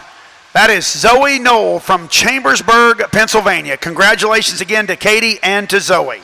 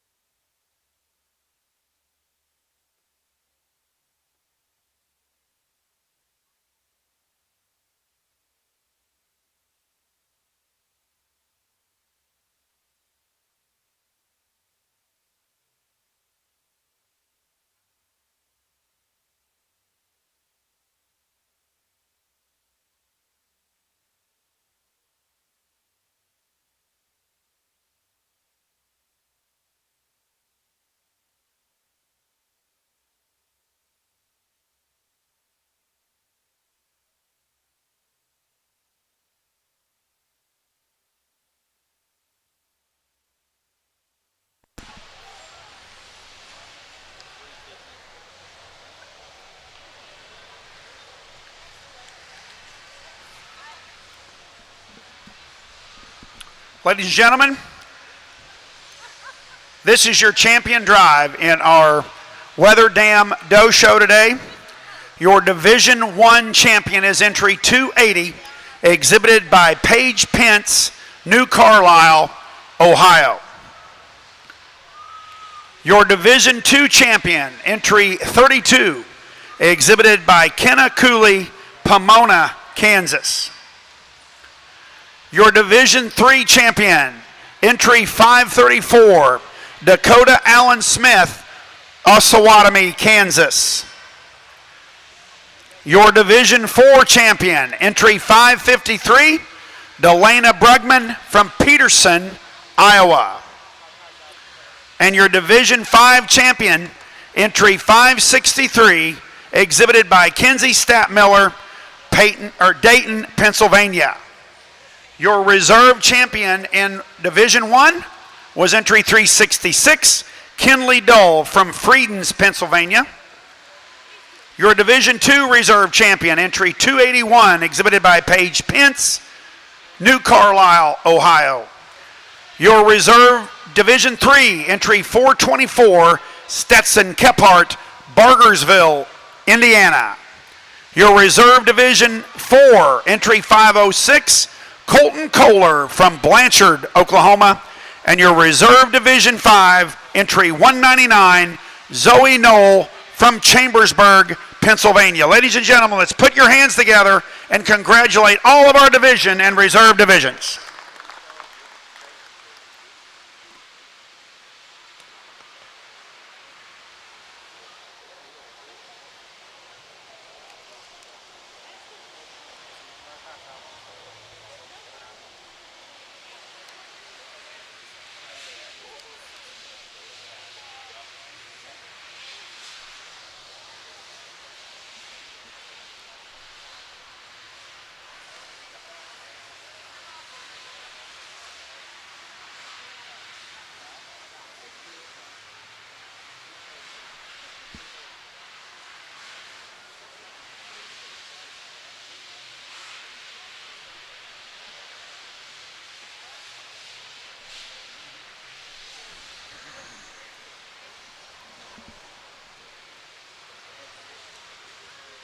Attention in the barn. At the conclusion of the selection of our champion, reserve champion, and top 5 overall, your releases will be available in room 102 at the show office. At the conclusion of the show, then you can get your releases for all of your Wether Dams.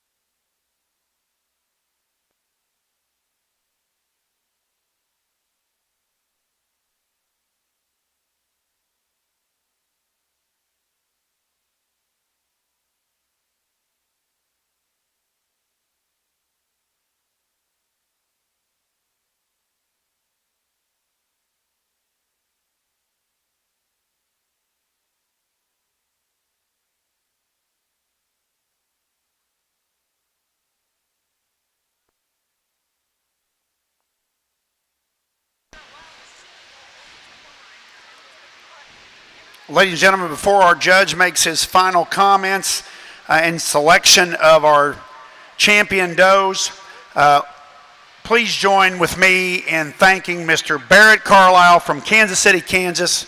Barrett, I've enjoyed your placings today and especially your description of the does today. Let's put our hands together and thank Mr. Barrett Carlisle.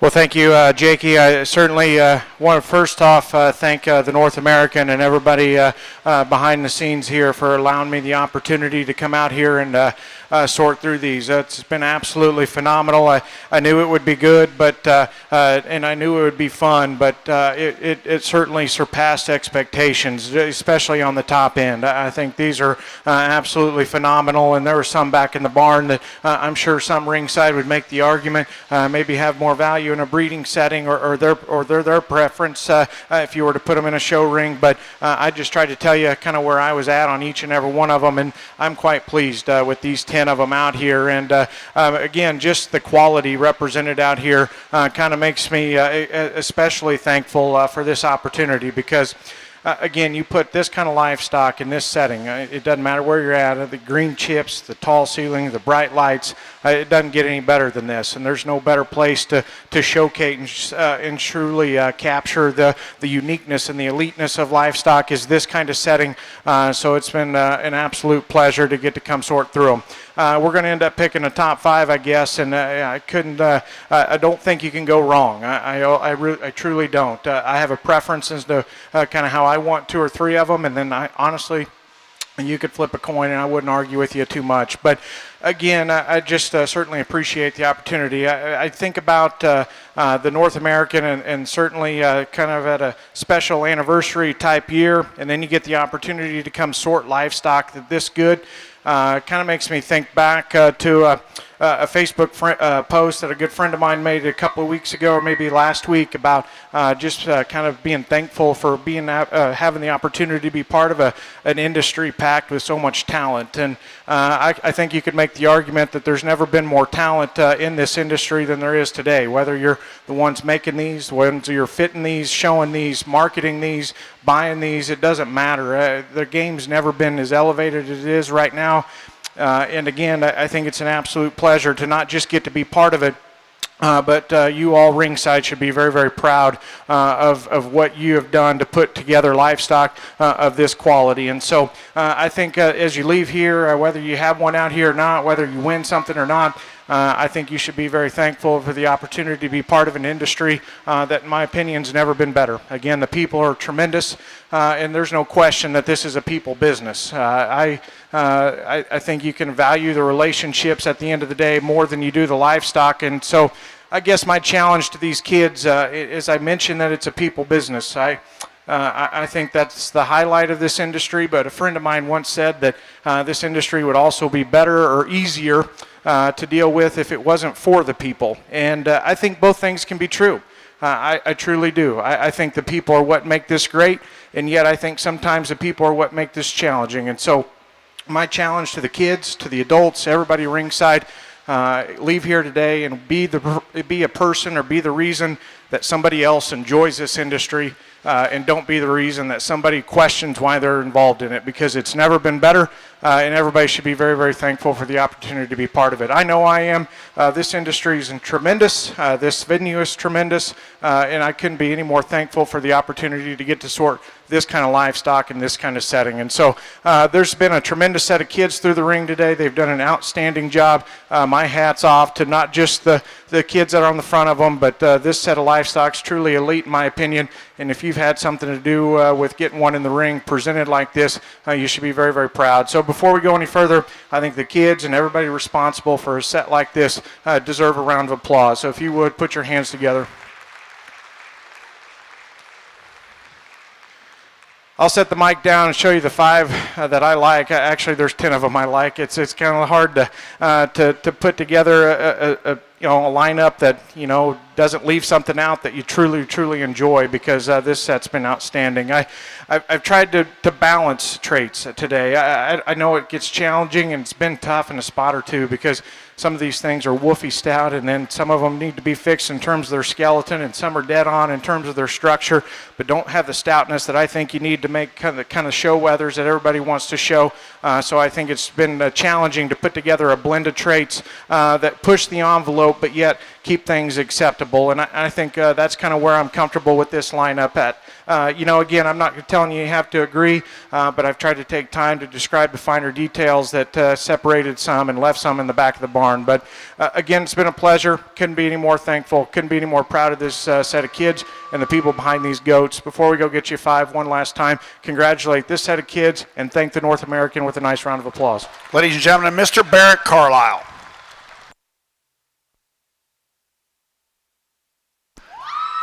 Your grand champion, Wether Dam, is entry 32, exhibited by Kenna Coley, Pomona, Kansas. Congratulations, Kenna.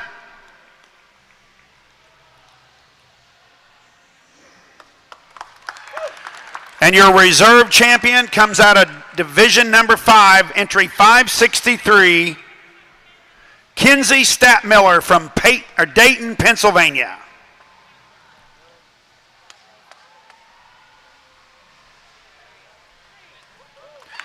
Your third overall is Division 3, that is entry 534, Dakota Allen Smith from Osawatomie, Kansas. Your fourth overall is entry,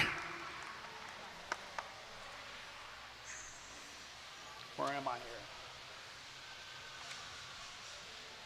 here? Entry 553.